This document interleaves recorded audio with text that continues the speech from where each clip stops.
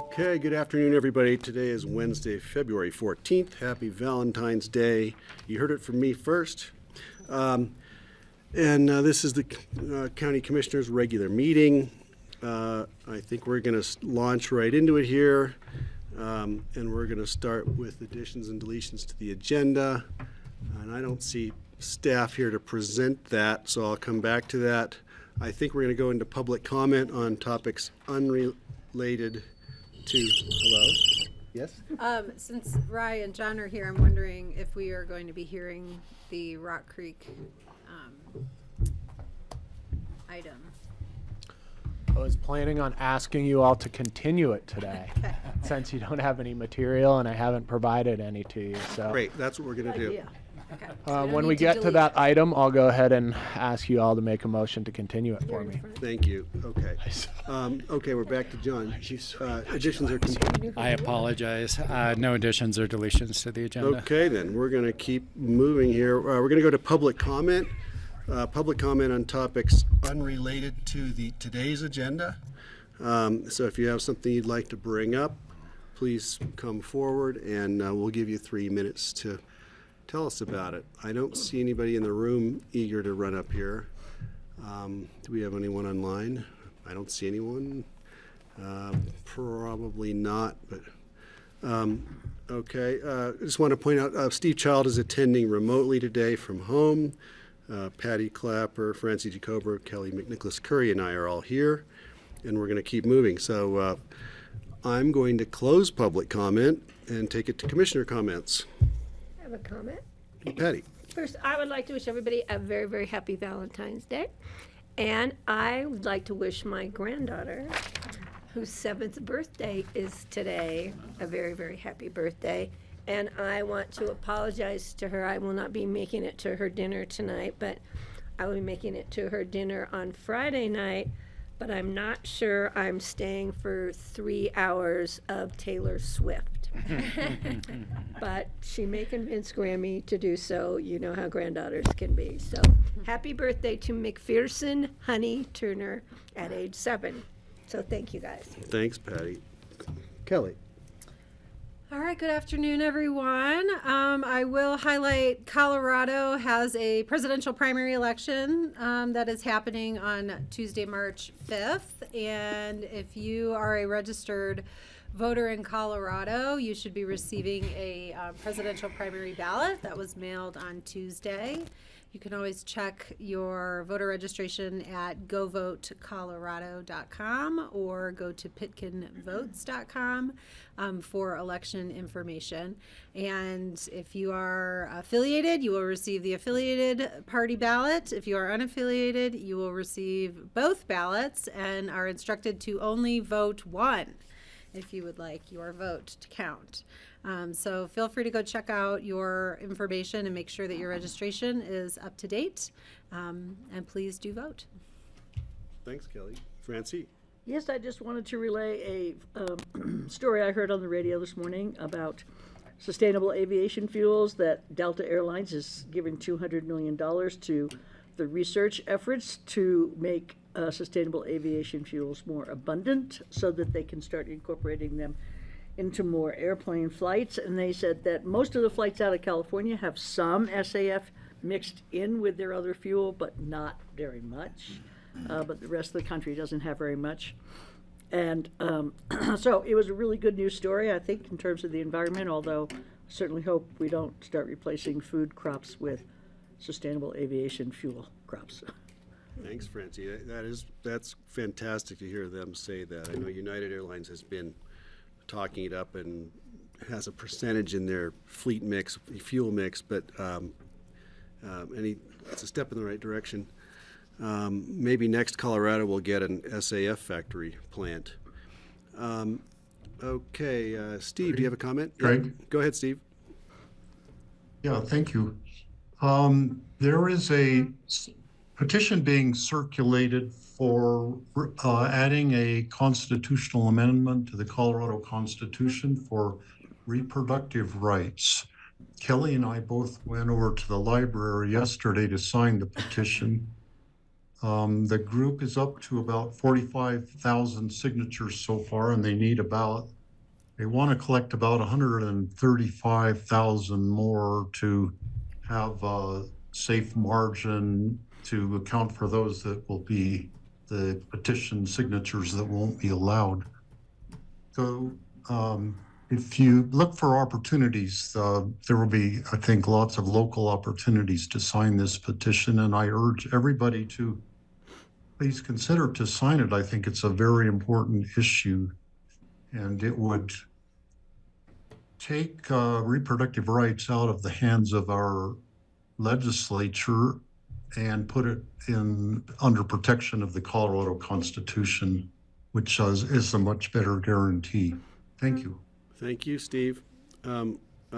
We say you don't have any information on where there'll be signing next, how to access the petition to sign it. Do you have info on that? Well, they did this event yesterday at the library. I'm sure there will be more local events.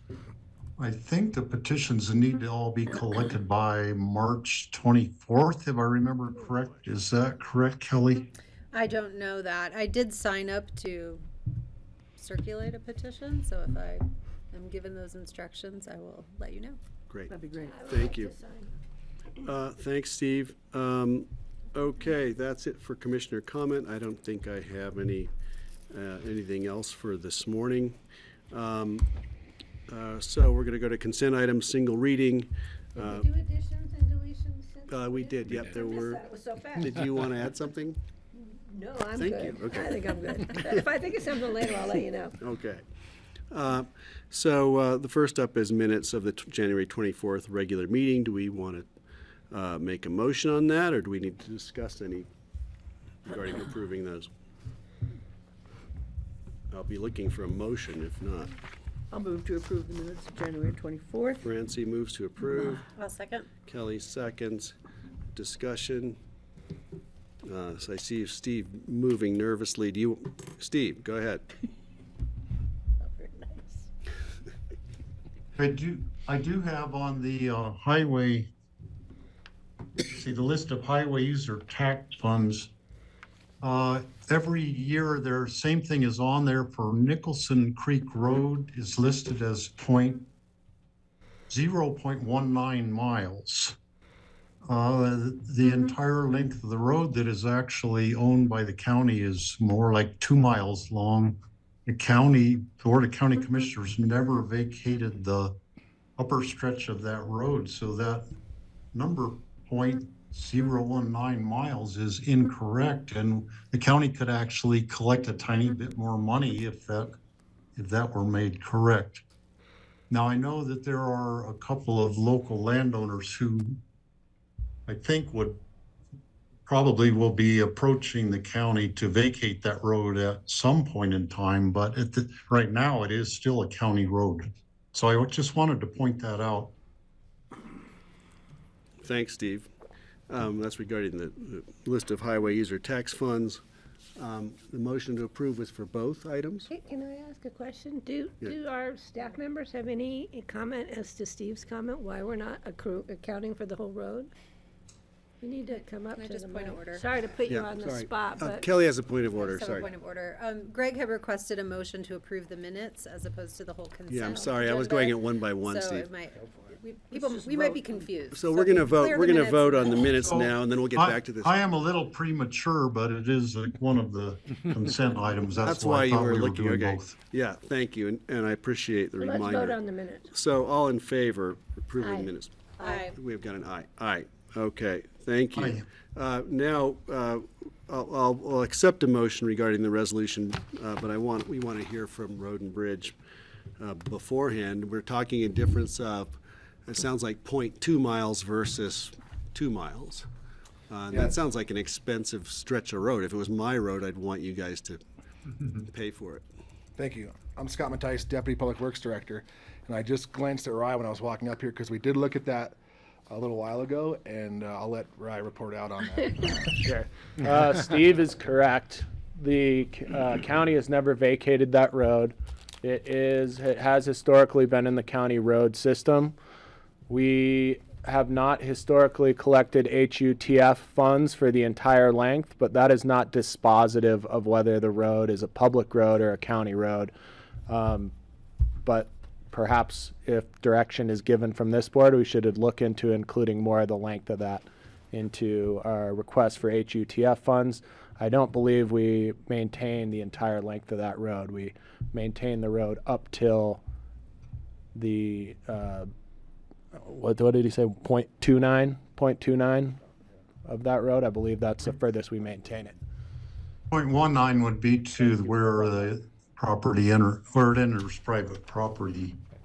Right. The county used to maintain it up as far as the bridge over Capitol Creek. And when Jack Reddick was around, every year the maintainer would go up and, grade the road one time. Since Jack has not been around, it's been being maintained by private landowners. Okay, I'm just figuring, trying to do the quick math. We're looking at 900 feet of road.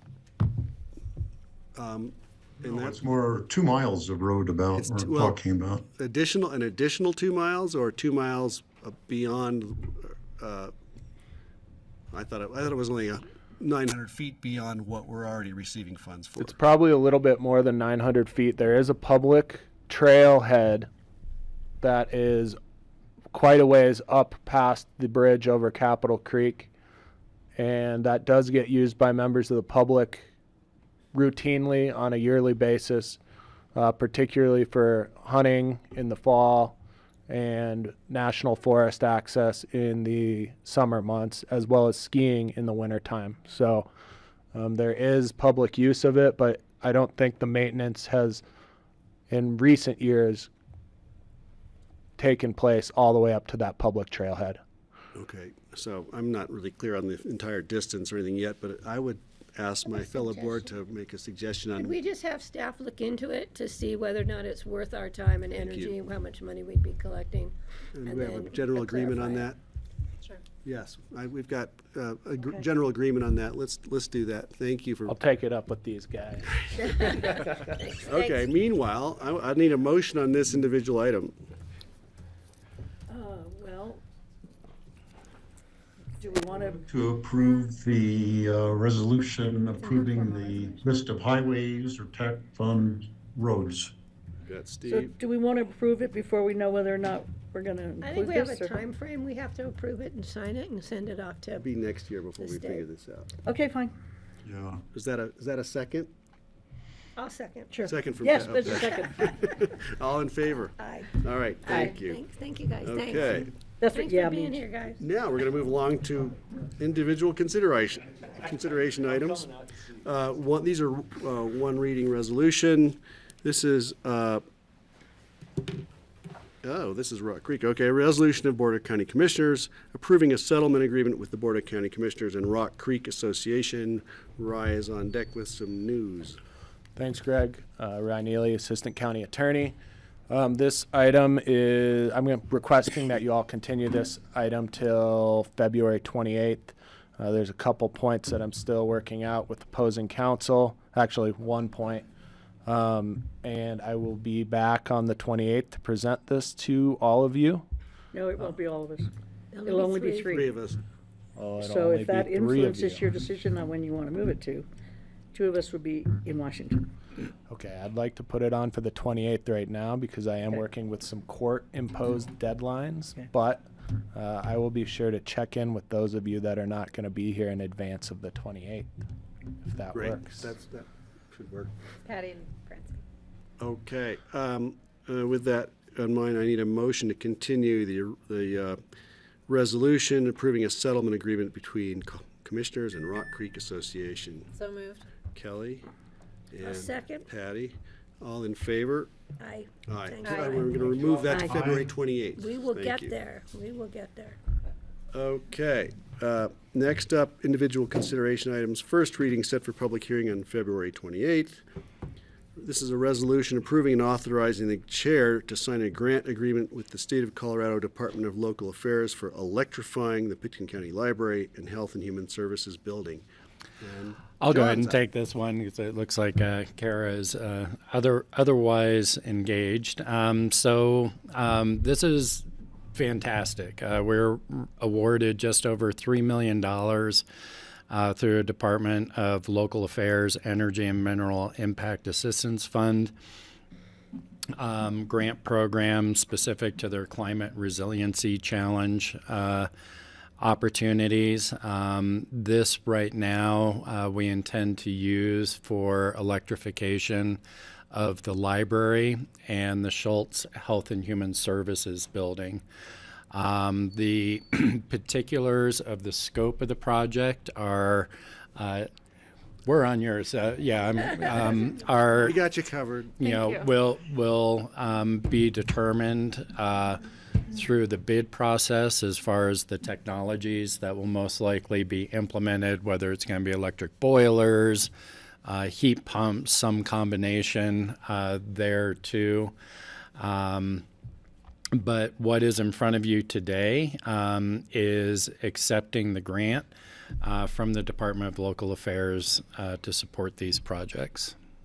Thanks, John. And this, you said, is a $3.1 million? It is $3,023,465. Okay. I'll take it. I think it's a great idea. I have a question about it. Francie, Is there a time limit on the use of these funds? So it's the contract itself is 5 years with the state that we've signed, but in general, we're trying to complete this within the next 2 years. and I'm under the impression we're out in front of a lot of people trying to do this with DOLA funds, and my guess is DOLA's going to be eager to see this succeed. And I'm guessing if we had to go back with an extension someday, not that we're going to, but if we had to, they probably wouldn't. But let's not bring that up yet. Yep. And what I will say, and what will come before you in a future meeting, is that we have brought on a consultant that is not within this scope. When we brought this project before you, a consultant to help sure that we're doing, drafting that RFP and everything. He is doing a lot of best practices around the country in retrofits. And so he's helping us really draft this so that we do this well and we do it right. We know there's going to be lessons learned because it's really hard to retrofit buildings, but hopefully the lessons we learned are the good ones and not the bad ones. So. Right, that's fantastic, and I want to say I hope we document it incredibly well, because we are kind of the probe on some of this stuff. And that is one of the commitments we made when we were in front of the grant review committee, is that we would, document this and be able to share as key learnings for other entities throughout the state, private or public, who might go through an electrification project like this. And I think that was part of the appeal and why we got such a large award on these projects. And once again, well done to all of you who worked so hard to get that award. That's huge. Well, it wasn't that long ago when $1 million was a big grant from DOLA, so it's great that this is the area where they've chosen to invest and push out significant public funding. Yeah. And this pool in particular, most DOLA is a 50-50 split. This is a 75-25. I think we did a 65% grant, 35% cost share, but being able to be on top of it and apply for this grant funding allowed us to get more dollars for the project. Fantastic. Francie? Yeah, congratulations to all the staff. This is warp speed for government. It seemed like yesterday I was challenging the 3 boilers at the library, and here it is. It's really exciting. happening, So right. thank you so much for your fast response and hard work. Even though sometimes you guys, we don't really know how you feel about these things we push for, it's nice to see you rallied and it's done and or getting done. So it's good to know.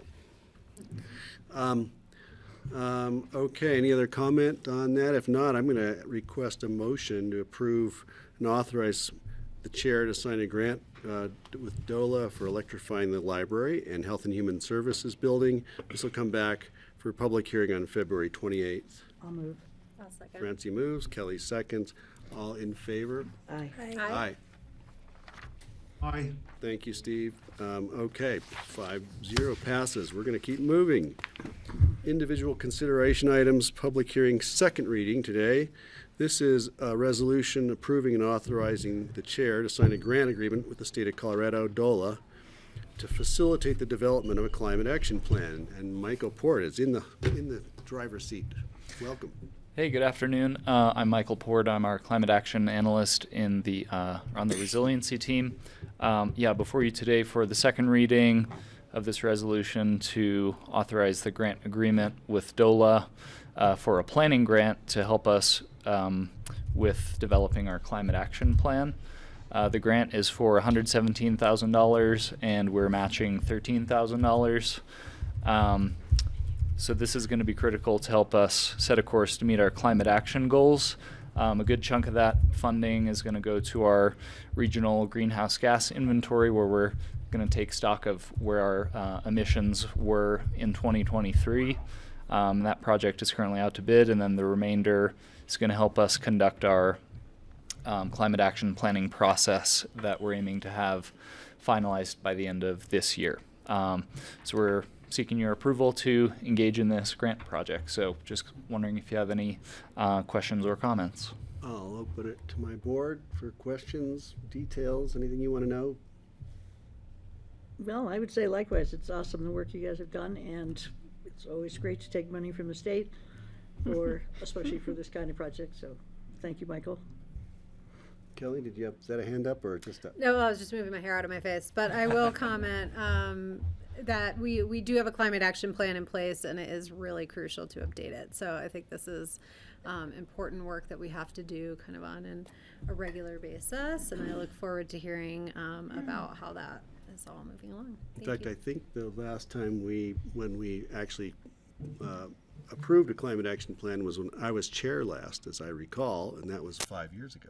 So it's been a while. Using data from 2017. Things of using data from earlier, yeah. So it's certainly the way things are moving. It's time for this to happen. So thanks, Michael. I don't see any other hands up, so I'm going to look for a motion. It's a public hearing. Oh, it is a public hearing. Thanks, Patty. You were just waiting for me. It was. You were lying in wait. He's got to skip it. Okay, I'm going to open up the public hearing to comment from people in the room or online, if there are any. And I don't see any hands up. Looks like everyone else is here for something else. So I'm going to close it back up and bring it back to the board and look for a motion. I move to accept the, let's see, what's it called?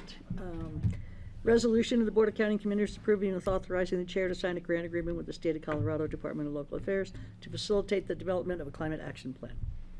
I'll second. We have a second from Kelly. Thank you. All in favor? Aye. Aye. It's easy to vote yes on these, isn't it, from the approving grant receipts? We are moving along. We Okay, should yeah, go- this is going more quickly than I Better for it to thought. come In back fact, we may earlier. have to take a break here. But because the people are in the room, we're going to go to land use public hearings. And the first one up is the Jerboz Oats subdivision conceptual submission, GMQS exemption, and special review for a TDR for a new development right and activity envelope with vested rights. This is the first reading. I don't know when the second reading will be, but Nicole and Sarah can update us on it. Welcome. Nice to Hey, see you. Sarah, how are you? Good. How is everyone? You guys are moving fast. Happy Valentine's Day. Do you want to just join? I know. Happy Valentine's Day. We're just not used to this. I know. It's Valentine's Day. Sorry, do I have that in? Yes, and all the restaurants are booked. We've had a lot of Why are chocolate. you trying to go out? Yes. Okay. Go to the golf course. Nicole, it's, you're on deck. At the bar. Yeah. That'll be nice. Golf course. All four restaurants are booked? Are you talking about Carbondale or everywhere? Basalt. Everywhere. I know a great burger joint down in Carbondale, Really romantic. especially if Get you own it. roses and no Especially if red you work wine. there. You know the back of the house. That's all right, my date is not Is there a romantic chef's anyway, table? so. Maybe you can get the chef's table. I could get it like hot the off the grill. captain's table. Right, exactly. We just redid our security system there with ADT. Somebody had cut the wires Oh. to the, we did have a burglary the other night, a Oh, couple wow. of weeks ago. And I was like, why isn't the system letting me know when people are going in the middle of the night, you know? So I called ADT, somebody cut the wires. It's hardwired in the wall. Whoa. I know. Interesting. Okay, I think we're ready. Thanks. We're going to stop the chit chat and go back. We can't spend all day talking about this burglary thing. Well, we could. Back to Nicole. Welcome. Great. My name is Nicole Rebeck Stout, and I'm presenting the Community Development Staff presentation for the Gerbaz Oates application. The applicant representative is here, Sarah Oates, and we'll look forward to the applicant presentation after mine. Hold on, let me stop you right there. Sarah, will you settle this once and for all? Pronunciation of the name. Gerbaz. It is Gerbaz, just so you all know. Okay, I thought so, and that's what I've been Not saying. Gerbaz, But it's Gerbaz. now, from Italy, did they come from Aosta? Yes, Is it Gerbaz in Italy also? that I don't know. Oh, we don't know that. That I can't It's answer. possible that we Americanized it and mutilated the name already. But anyway. Exactly. Well, thank you for that clarification. I've been Gerbaz. saying Gerbaz for 30 years. How embarrassing. It's Gerbaz. How embarrassing. And I want everyone to know how much we miss Jimmy. Yeah. Right. Oh, Miss yeah. him That's terribly. right. Yeah. Yeah. I agree. Yeah, I used to just see him so often. Yeah. Thank you, and you can continue now. Thank you. It's Corvette. Great. So there's 3 requests in this one application that we're reviewing today. One is the subdivision conceptual submission. 2 is the special review and GMQS exemption to use a TDR for a new development right. And the 3rd item is activity envelope review. So we'll go into a little more detail on all 3 of those. And in terms of just to orient you to the overall subdivision process, right now we're in the conceptual phase. We wrapped up planning and zoning recommendation in December. The P&Z recommended approval, and that resolution's in your packet. Now we're at the BoCC step, and there's 2 readings today, and the next one is scheduled for March 13th, so about a month from now.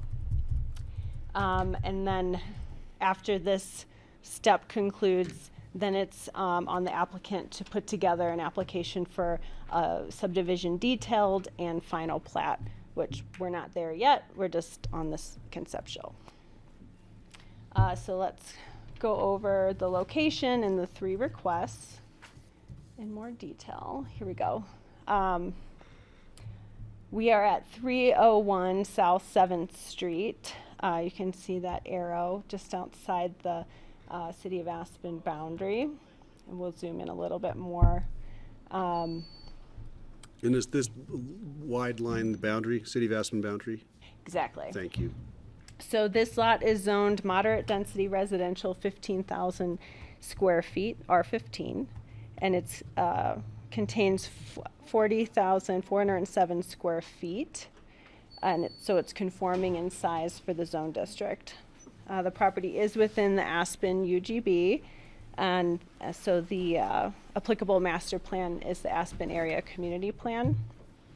A little background: on July 30th, 1974, the applicants obtained title to the subject property via decree quieting title issued by the district court and for the county of Pitkin and statement of Colorado, civil action number 4862. When was that, Nicole? That is the original creation of the Right, property and what was the date? in 1974. Thank you. The subject property is developed with a single family residence, and which is 880 square feet, 3 sheds totaling about 445 square feet, and 1 detached garage, 480 square feet. The structures are visible on aerial imagery from 1991, but it's unclear when they were originally constructed. Building permits and certificate of occupancy are not on file for the original construction, but several permits were issued between 1983 and 2008 for repairs and utilities. The City of Aspen potable water line, I feel like I need to go to the survey here. Sure. The City of Aspen water transmission main, you can see traverses the property from west to east. That water. Point that out. I think I know what I'm looking at, but. Yeah, let's do the mouse. Can you see it? Yeah, Yep. it's right there. Okay. Yeah, Thank you. there you go. Right in the middle. The applicant is currently in the process of relocating that alignment to be more along the edge of the property to create more developable space. And the department has already issued a separate exemption letter for that work to proceed to permit.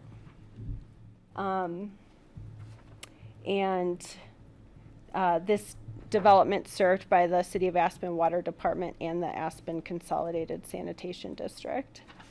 I want to go back to this slide. This is the proposed subdivision. Let me get my cursor again. So this line here is the line that would divide the proposed lot 1 from lot 2. Each lot is approximately 20,000 square feet, which is still exceeding the minimum lot size for the zone district, which was 15,000.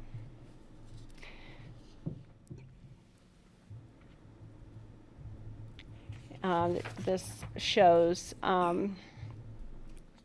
those existing structures that we talked about, and then you can also see the proximity of the trail to the Merled open space. So now we'll go through each of the 3 requests in the application. The first is the subdivision conceptual analysis. So I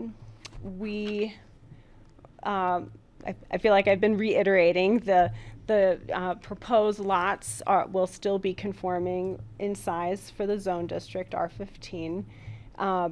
We've determined that there's adequate public services available within the Aspen urban growth boundary to serve an additional lot, and the proposed subdivision supports the Aspen area community plan with the idea of infill development in already established centers. The staff memo and the draft resolution, you have a lot more detail about the compliance with those code sections, but those are the highlights. The next request was the applicant, in order to establish a development right on an additional lot, the applicant has elected to pursue a TDR to establish that second development right.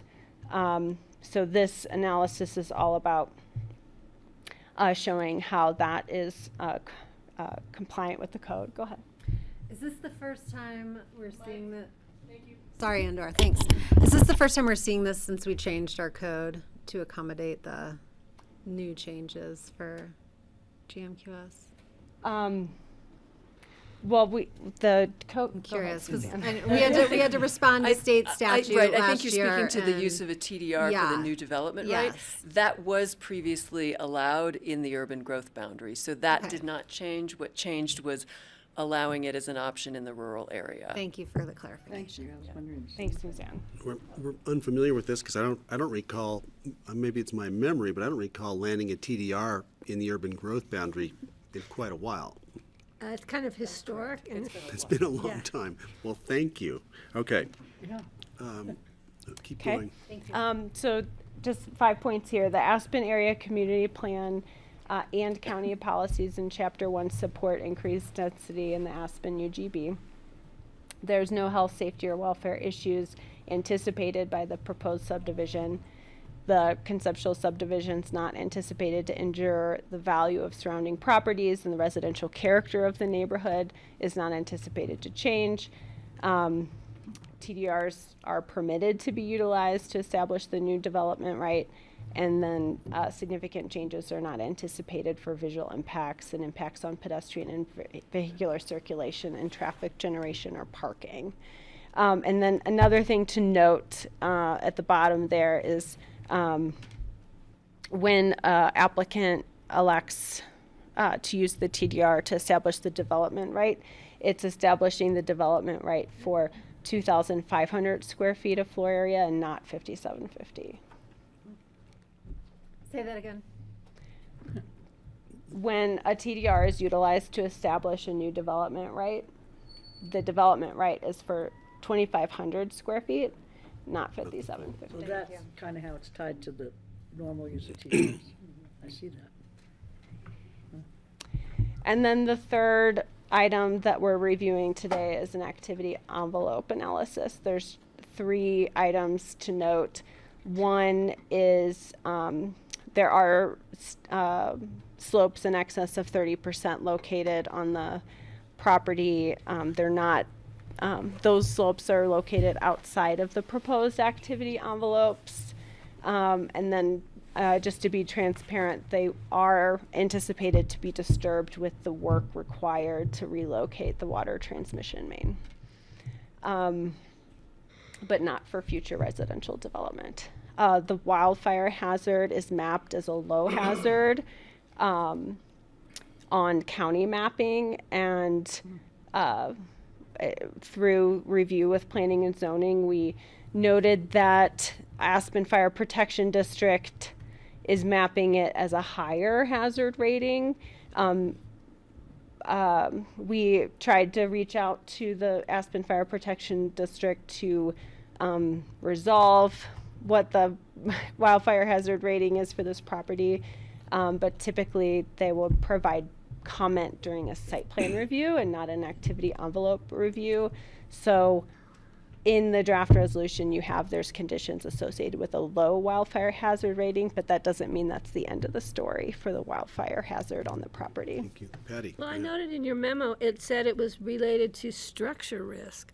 Exactly. Do they realize, well, I think this will come out in conversation, those structures will be replaced, and so we can build with the new hardened code for structures? That's a great question that I We'll don't deal with personally that know as- the answer to, but that's the type of conversation that we can in the have future. either during detailed or when it comes time for a I site won't plan forget review. to bring it up again. Yeah. If Um, I and could then- ask, can yeah. I just ask regarding the water line, the water transmission main? That's a city water main. That's a pretty big, I don't know what the size of it is. That 20-inch. 20, oh, Wow. bigger than I 20-inch, thought, yeah. yes. And that's been, it's already buried in where it is in situ, going down over the slope and into the ravine and under the river, I assume. And I'm just wanted to say this disruption for putting it originally already occurred, and it's understandable what you have to do to move that. At least I understand now, but I was wondering just how big that line was. Did they have an easement? No. Back in the day, hey, how long ago It was was a this? handshake between my uncle, my mom, and Jim Yeah, at the Hickory Markolinas, House, okay? And did your mom grow up in that house? Yes, I and so thought did. so. So it has a did potato Jim. cellar. Yes, it still does. It still does. Oh, boy. Yeah. And it has a cinder block garage, Patty, so that's not gonna, I don't think that's gonna burn. Yeah, I know, I know the garage. Site visit. I want to see the potato cellar. Go ahead. I don't want to get into it now, but I would like to flag perhaps for future understanding how our fire mapping interacts with the city's fire mapping, how often we update our maps, things like that. But I don't think we need to dive into that in the context of this. I think when they come back to us, because I know the fire district has been remapping and spending a lot of time in this in the last couple of years, so like you can understand there'll be discrepancies. I have a question before Yeah, we go on. Francie. So, is this going to be affected if the city does their preferred plan for the entrance to Aspen? Will this be part of that? It's further on than where they're talking about? It's further south, yes. Okay. Yes. Further south, further west? So, South, South? Away from Main Street. yes, correct. Got it. Okay, thank you. I couldn't help picturing that Sure. going through there. Right. On the other side of the pedestrian trail. Thanks, and Nicole, take it back Sure. to you. The third item for activity envelope is the driveway. The applicant is proposing one access point from South 7th Street with a spur for the two lots, and that will be evaluated in a subsequent application. And then just the property is more than 100 feet from from Castle Creek. That's a setback requirement. Some site photos of the property. I think the left photo, I'm just taking a picture of the water main there, and the existing house, and some beautiful sagebrush on that hillside. Wow. Shadow Mountain. That photo could have been taken in 1957. That's a good point. This question came up in planning and zoning, with the Planning and Zoning Commission, and I just thought I would add a little more detail about what the maximum build out could be for these lots under our code. And we had to make some assumptions for an assumed net lot area of 20,000 square feet for each lot. For both lots, the final maximum floor area could be 7,950 square feet, so it doesn't even get up to that 9,250. And then, like we covered before, the fathering lot would have the development right for 5,750. The new lot would have a development right for 2,500 square feet. Anything above those numbers would require TDR or a GMQS allotment. The 800 square feet of size of the original house is that's about as big as they built houses back then. Just wanted to note that. And then staff recommendation is approval for all three requests. And now I can answer questions or hand it over to Sarah. Questions for Nicole, or should we talk to Sarah? Steve, is Steve still there? No questions up? Okay, let's take it to Sarah. Please, go ahead. Thank you very much. As you all know, my name is Sarah Oates. I typically appear in front of you guys representing somebody else, but this property is owned by my two siblings and I and my mother. And then my brother Jeremy's here behind me too. So we're both here. Although just to sort of add some color, I don't have a whole lot more to add with respect to the development and what we're proposing, but to sort of add color to things. My family has lived on the property since Uncle Jim and my mom and my grandmother grew up there, have lived on the property since the 20s or 30s. The decree from the 70s was sort of an untangling of a messy situation between Dorothy Shaw, Opal Marold, who owned the Marold Open Space, and then my family. So that 73 or 74 decree was really just sort of a straightening everybody's title out is I guess the best way I can summarize it. So my family has lived on there for a very long time. With respect to the water line relocation, the plan is to do it this spring 2024. We have a memorandum of agreement with the city and engineered plans. So, it's well beyond conceptual. We have a land use exemption from Picken County to be able to do it. So we're well on our way to being able to move it. It's just Stutzman Gerbaz was tied up with a little project in Basalt this year and couldn't get to us, and so we're going to get it done in the spring. I assume you have like an in with them. a little bit of an in. So that will get done this spring. So that that'll make it a more developable area. There will be disturbance on the backside because the water line's going to run parallel to that westerly property line, and then it'll run along the northern property line.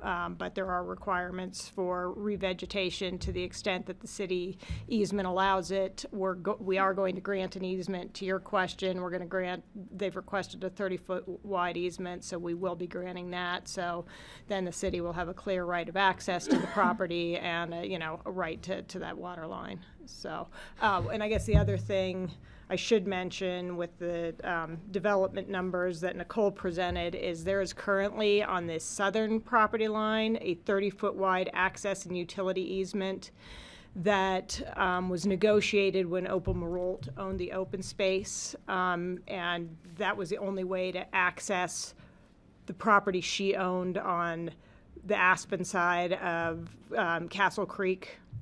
And so my mom and uncle agreed to this 30-foot wide access easement. It doesn't go anywhere. The city has agreed, since we're giving them a right of access on the other portions of the lot, they're the only beneficiary as the successor to the Marult ownership. They've agreed to vacate that. So we're going to be vacating that 30-foot wide access and utility easement to the south, but there will be easements to the utility easement to the west and to the north.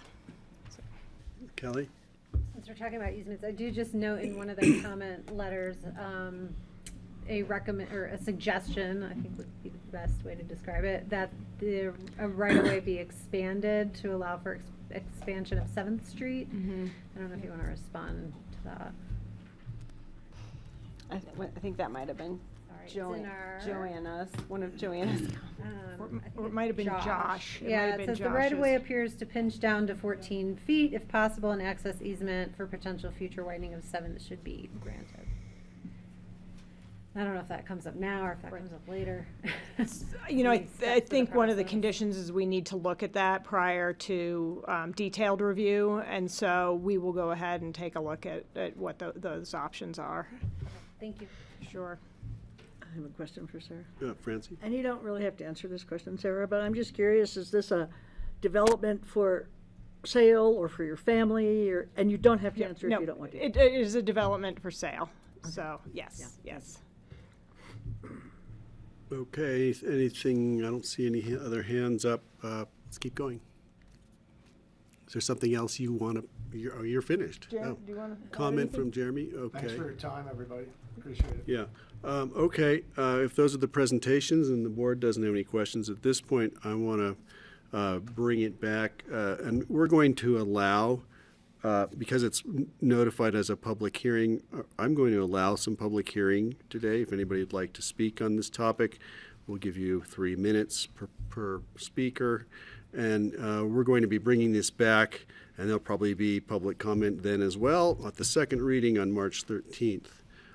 Is there anybody in the room who would like to say something? Raise your hand if you'd like to come up. Please come up, and you have to come to a microphone. Sarah, why don't you just shift over Yeah. towards John? Perfect. Or you can sit there, in the corner. Great.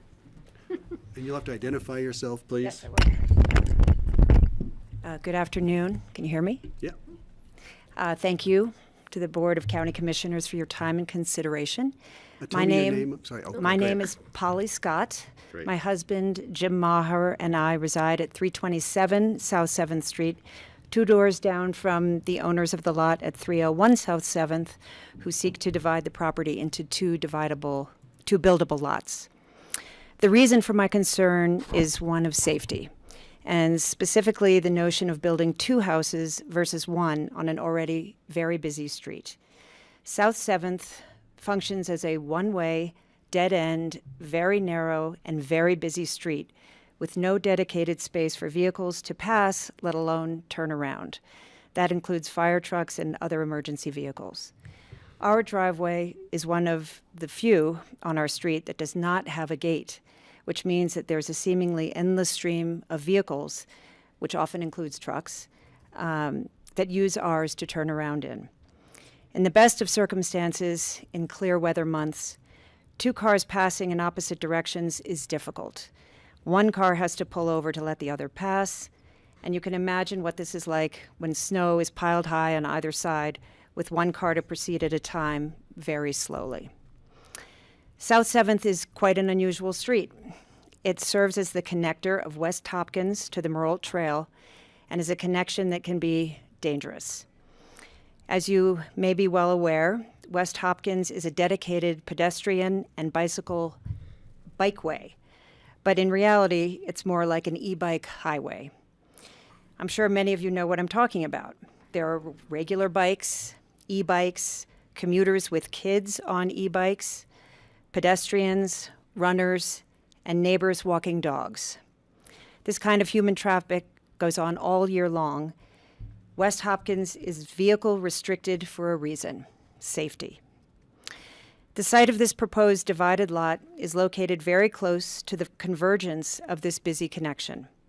For the sake of the neighborhood and for all Aspen residents who utilize South 7th to access the Merle Trail and open space, I urge the board to consider safety first, to limit the number of vehicles permitted by allowing 1, not 2, houses to be built at 301 South 7th Street.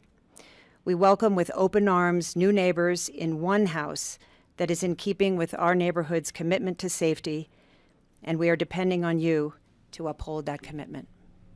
Thank you. Thank you, Polly. Thanks very much. Thanks for coming down. Do we have any other comments in the room or elsewhere? We just check online again. Thank you for coming in. I don't see any hands up, and I'm going to bring it back to our board. Questions, comments? Well, I would just say that it would be my inclination to approve this. I think it's an appropriate place to have another dwelling, and I don't think that the current owner should be penalized by the increase of electric bikes and other traffic. And I do wonder about things that could be done to make 7th Street more safe. Yeah, and my comment in tune with that, I understand the concerns of the neighbors with 2 structures, but for me, having 1 large structure may generate even more traffic than 2 small structures where you might have a tendency for locals to be living, which is what we want to encourage and incentivize in our community. So I think this is an appropriate place for 2 smaller structures. I'm very familiar with the property, have been for years. I actually used to work up the street taking care of twins when they were first born, so spent a lot of time in that neighborhood. And it's a great little neighborhood you guys have over there. So I think Francie's right. There are some safety concerns. It's a narrow road, but I don't think there's much we can do about fire truck turnarounds, and you guys are kind of at the opening of that road. So I'm going to support moving this forward, and we'll see what comes up in our next phases of this hearing. Any other comments from our board, Kelly or Steve? Steve has one. Go ahead, Steve.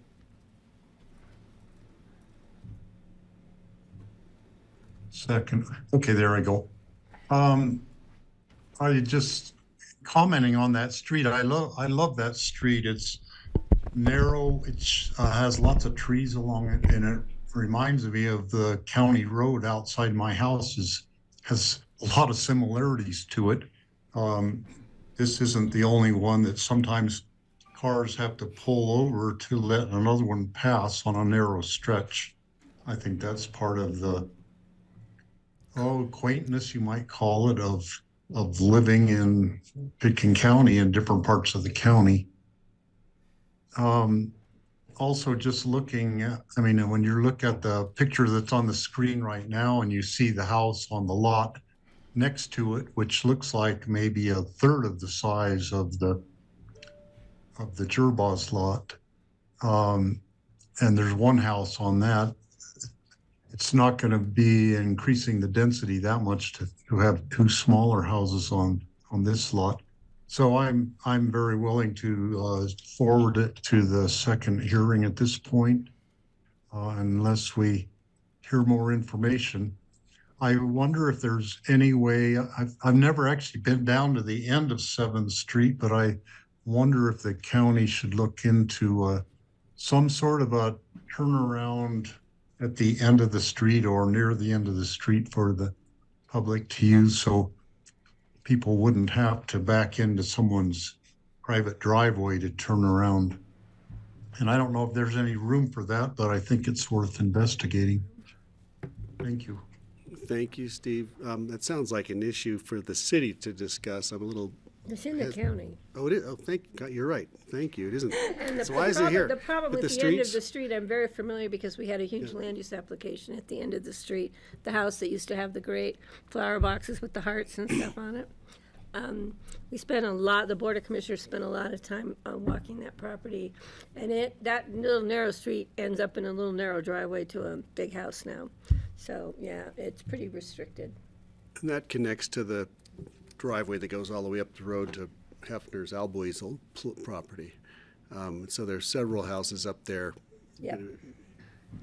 And there was a competition between two of the homeowners who could build a bigger home. And one of them was the old Hefner site, and the other one was that cement thing next door, so. So with the current configuration, if a fire truck had to come in and go towards the end, it would just back out, right? I mean, Or use a driveway. yeah. They just can't turn around, they have to do a multiple point turn. Right. We've got another hearing on March 13th, and that will be a public hearing as well. I think I'm ready to call the question if someone would like to make a motion on this resolution approving, authorizing, wait a minute. I'll make a motion. Oh, I was going to read it for you, but I was on the wrong one. Go ahead. I'll make a motion to approve a subdivision conceptual submission, special review, and GMQS exemption to use a transferable development right for a new development right and activity envelope review. This is a first reading, and we'll set for second on March 13th. Where we will take public comment again. I have a motion, and I'm looking for a second. I'll second it. I will comment. Yeah, I'll just say if there's additional information to come forward between now and the second reading, I would welcome considering it. Some of our code allows us a lot of discretion in how we can decide. In this case, there's a very clear criteria that we have to apply in our decision making that as of now, this project seems to meet very clearly without exception. So I don't think it gives us a lot of latitude in finding otherwise from the staff recommendation to approve. Thanks, Kelly. I'm going to call the question. All in favor? Aye. Aye. Thank you. That's 5 to. Thank you. Thank you, we appreciate that your time. Thank you. Thanks for coming in. Thanks for the presentation. see We'll you see you guys. on March 13th. Thank you. And Nicole, it would be great to understand more about the road and potential turnarounds and Yes. the narrow I'll bring section. that back and try to get jammed. A larger picture to show the neighborhood would be great, just on that scale, when you get a chance. Thank you. A really quick break before we go into this. Yeah. Yeah, I wish we told. Okay, folks, we're going to take a short break. We'll be back at 1:05. Thank you. I wish we told Jennifer to come back.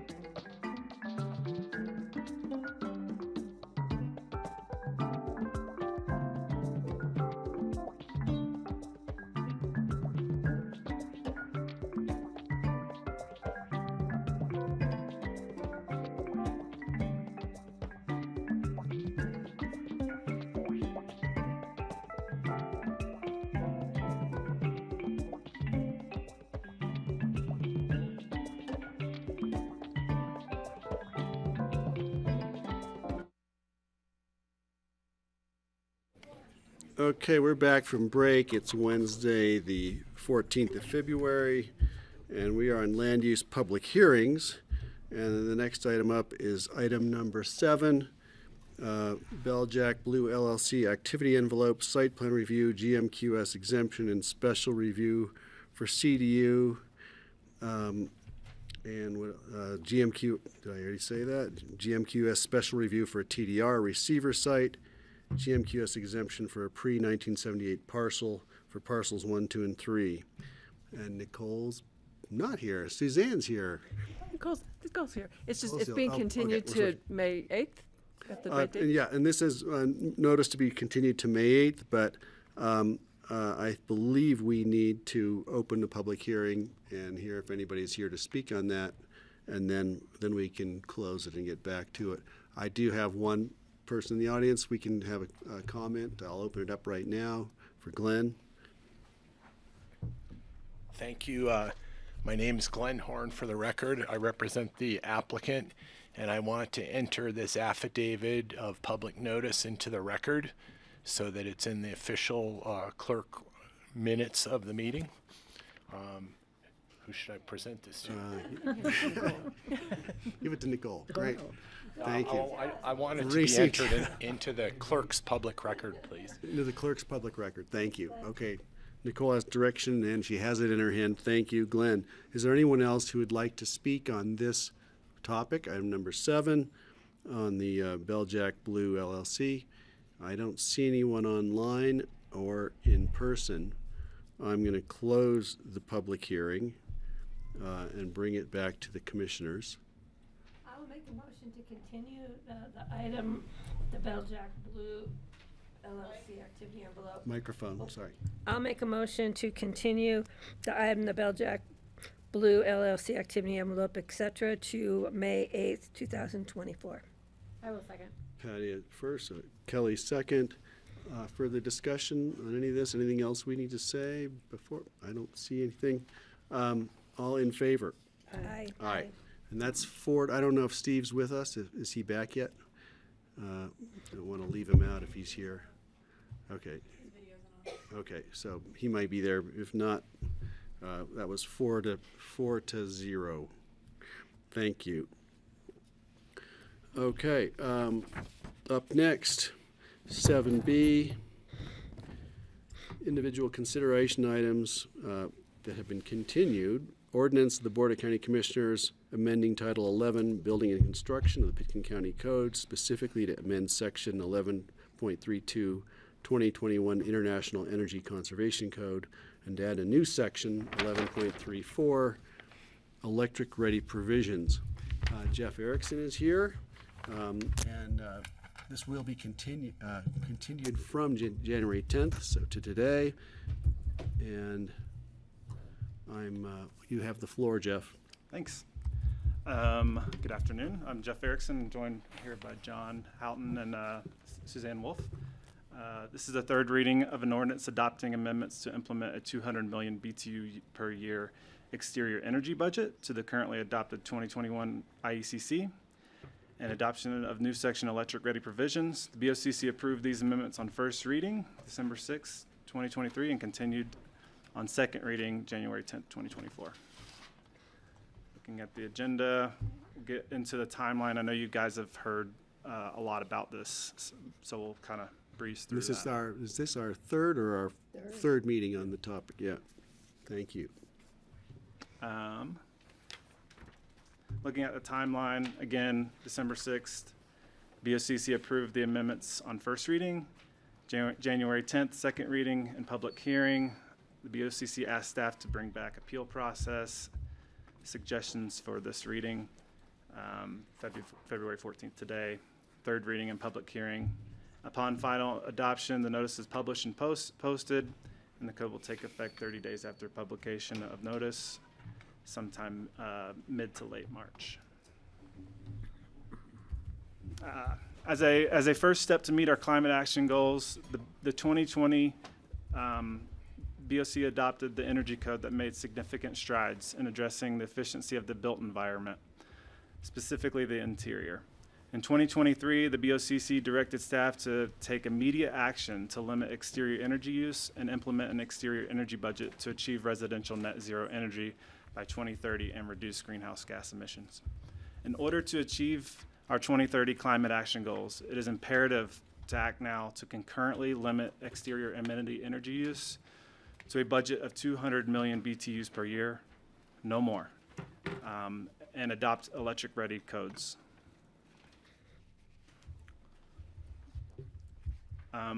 Large homes are a small subset of the development, but has the most impact on energy consumption. This energy code budget exterior energy budget will likely not affect homes that are under 5,000 square feet. You'll see in a few slides there is not a sufficient footprint on sites to be innovative enough to completely mitigate these uses on site if we don't address this exterior energy use. We need to stop the bleeding now. We will not meet our climate action goals if we don't adopt this budget and electric-ready provisions. Reducing exterior amenity energy use substantially reduces the overall energy load. Establishing a limit on exterior energy use is the low-hanging fruit and the most imperative step to reducing overall energy consumption. And you guys have seen this before, but I wanted to show it again. The block on the left has no exterior energy budget, and it's 3 times the amount of the interior energy use combined, and it's around 1 billion annual BTUs.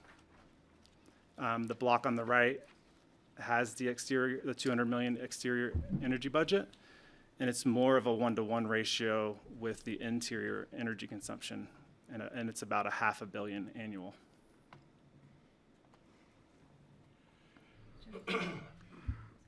What was the 7,600,000? Sure. What was the question? That line, is that just its own category of things? Oh, 7 yes. million? So Okay. that's domestic hot water. Okay, thank you. So that, and then the red, that's a good question, the light blue and yellow, that's all the interior energy consumption. So you can see the gray, teal, and the dark blue on top, that's the 3 times more than the. So we're thinking appliances, interior heating, interior utilities, and what else? I'm just wondering how do you break it down into the 3 categories? The 3, they're up top Once here. again, So okay. yeah, lighting and appliances, cooling, Cool. heating. Okay, I didn't see the cooling. Sorry. Thanks. Sure. So reducing overall energy consumption makes electrification achievable. Electrification means transitioning away from fossil fuels and requires changes to electrical infrastructure. Most homes would be required to more than double their electric service capacity unless they lower their overall consumption. Limiting exterior amenity loads to 200 million BTUs per year will lower overall electric service demands by 4 times, resulting in a more manageable electrical service size. The exterior energy budget should be a firm limit to ensure the feasibility of residential electrification. Can I ask a couple questions on that?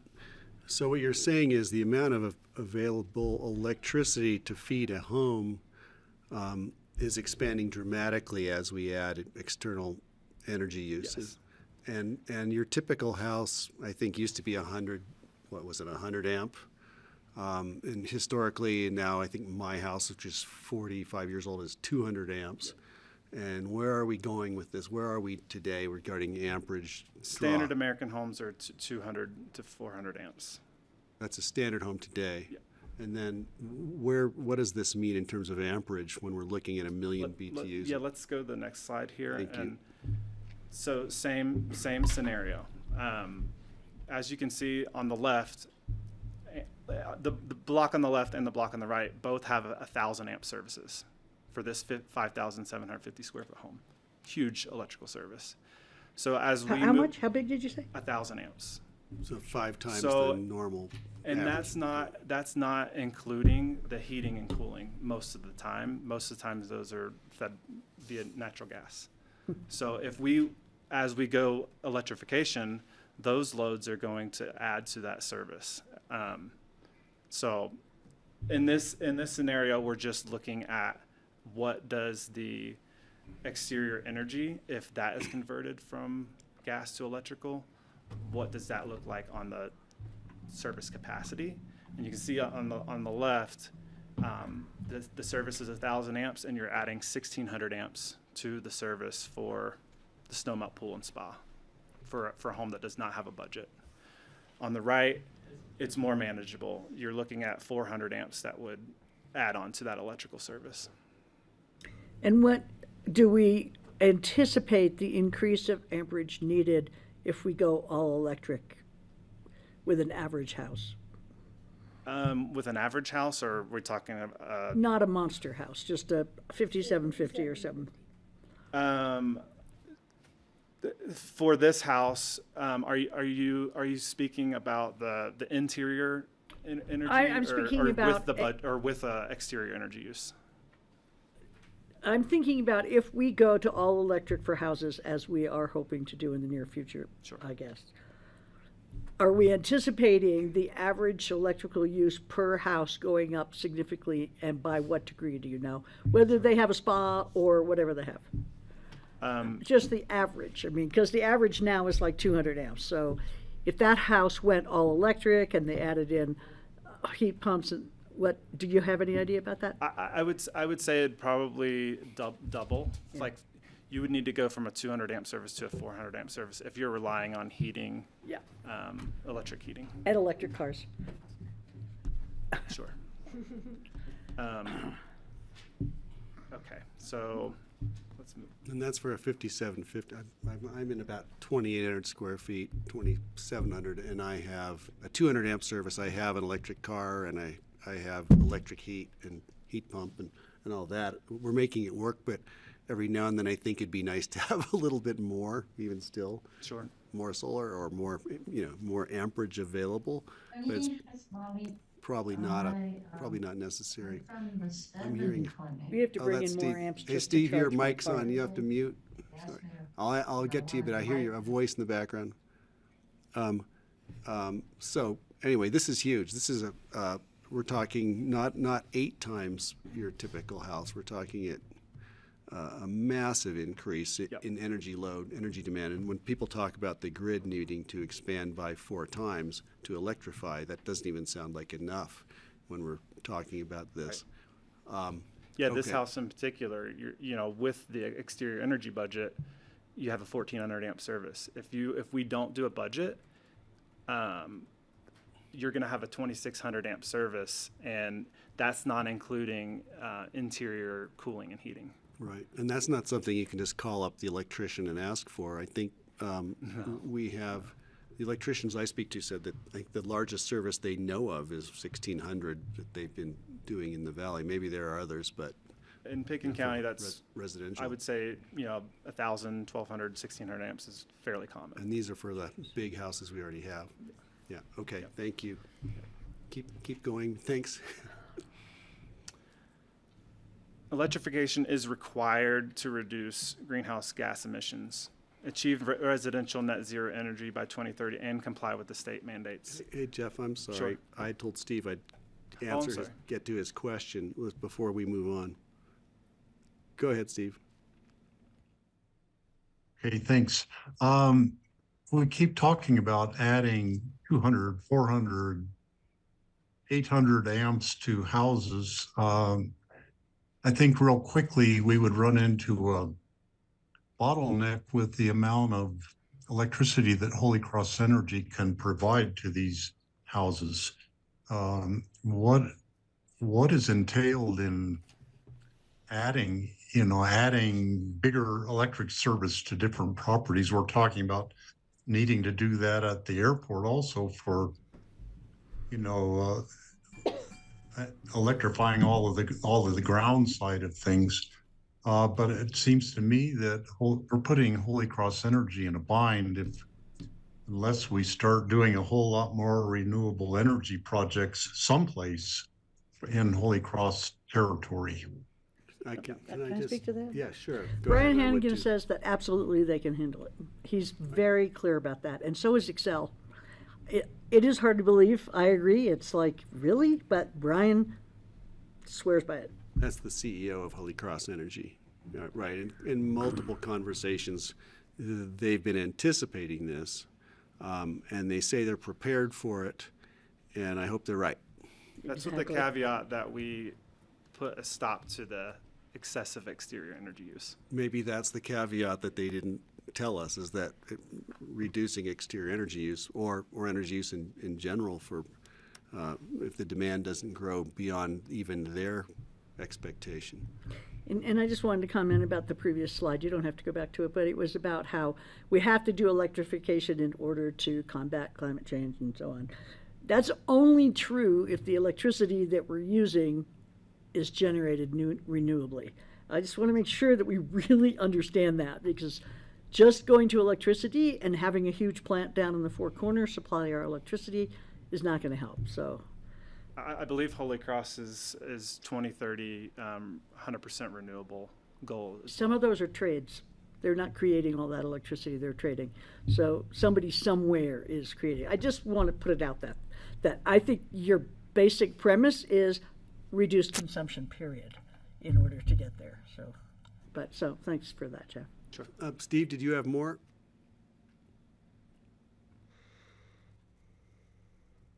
No, I'm good for now. Greg, thanks. Thank you. Okay, go ahead, Jeff. Yeah, so we're only 6 years away from 2030.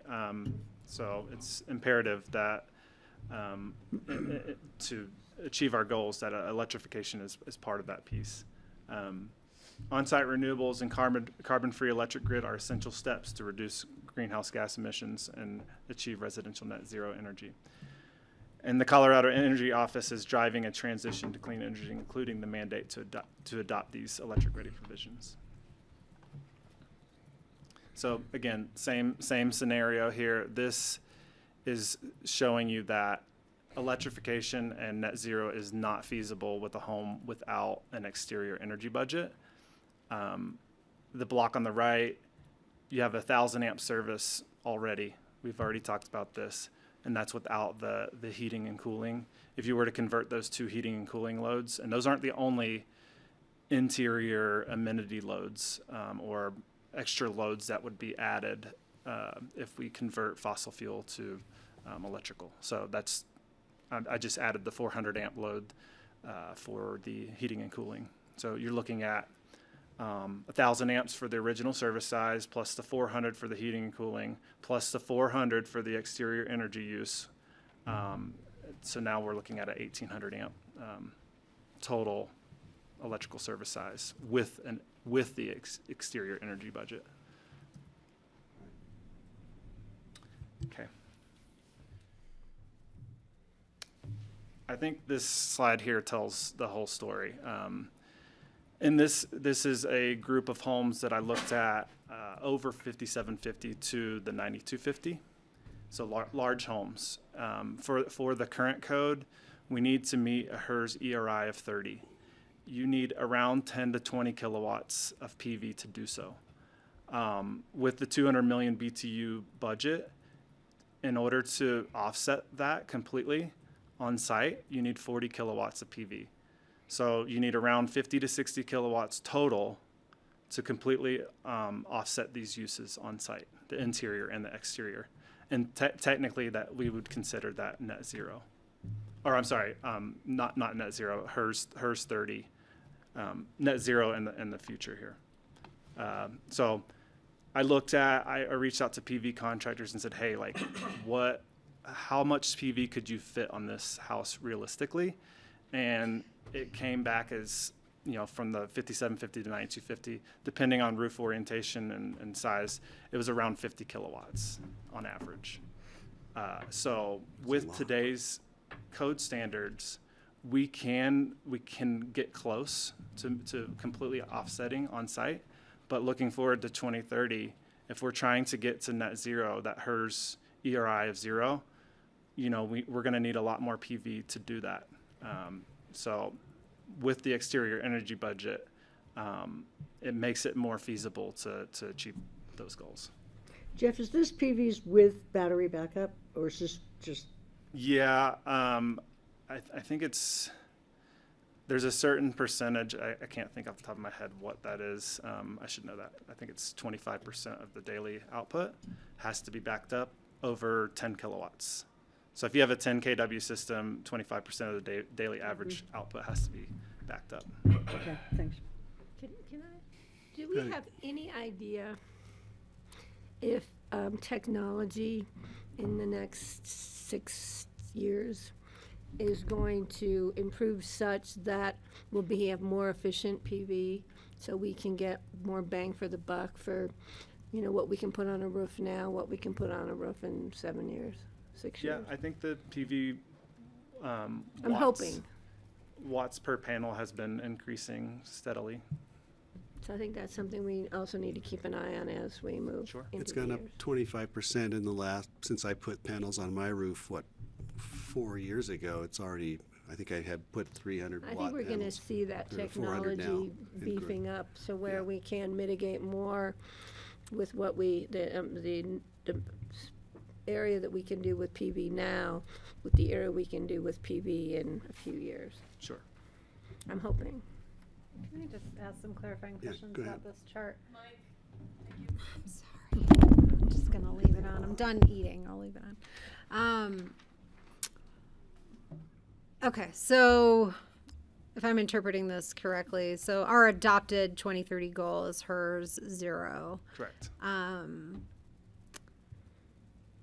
the gap there has to be made up with. We have a gap either way. So I'm looking at this as, 60 to 80 is more than the 50 that is allowable on site. Correct. And the assumption here is with this BTU adoption, this energy budget adoption going through today. So we're like, With this energy we budget, adopted today and we still have a gap we have to Correct. close Yep. in the next 6 years. Okay. And, you've raised the supply side, the supply side versus the demand side part of the equation, but I just wanted to clarify that. Thank you. Yep, I think you got it. So this was a question raised the last few meetings about, snow melt versus, this is a Patty question, I think. No, it's a Francie question. So or all of us Yeah. question. There was a new study that we looked at from Steamboat Springs that looked at the carbon comparison between a snow melted road and their ability to haul it or move it away. And in that study, it showed 90 times more carbon than plowing. The Crested Butte analysis, REG, our August Haas, who does our REMP calculator, who's been a great help. His study was very similar, so it's not even close in the comparison between snowmelt and moving it. Did that take into consideration the travel time for those plows I to believe get so. to the site? Yes, So it he does. took the whole picture? That's really good information, thank you. Sure. I still don't believe it, but it's really good It's hard information. to swallow. Even if that. it's twice as much. Right. Yeah. I thought it was 2 or 3 times, yeah. Good to know as we put in more snow melt around our community. Yep. And then we've seen this before, but I just wanted to reiterate that the city of Aspen, Gunnison County, and Steamboat Springs are all, making strides towards their exterior energy use. And they have all adopted these as rule of general applicability.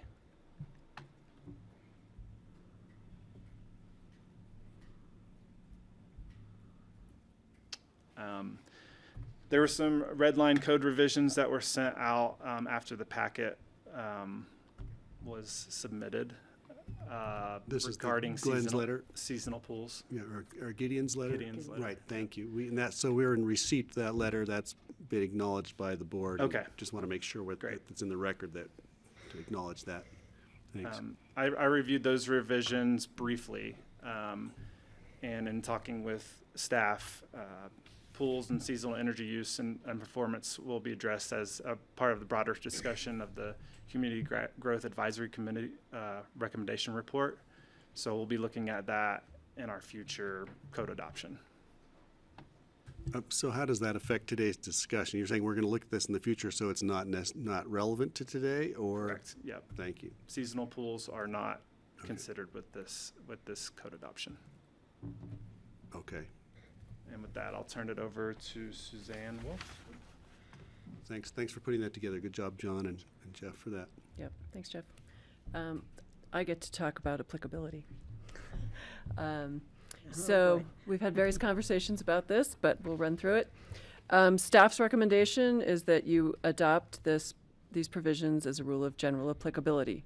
That would mean there were no exemptions for approved and vested site plans or pending land use applications, and any building permit application submitted after the code goes into effect would be required to comply with the 200 million BTU external energy budget. Just a few pieces to add to that.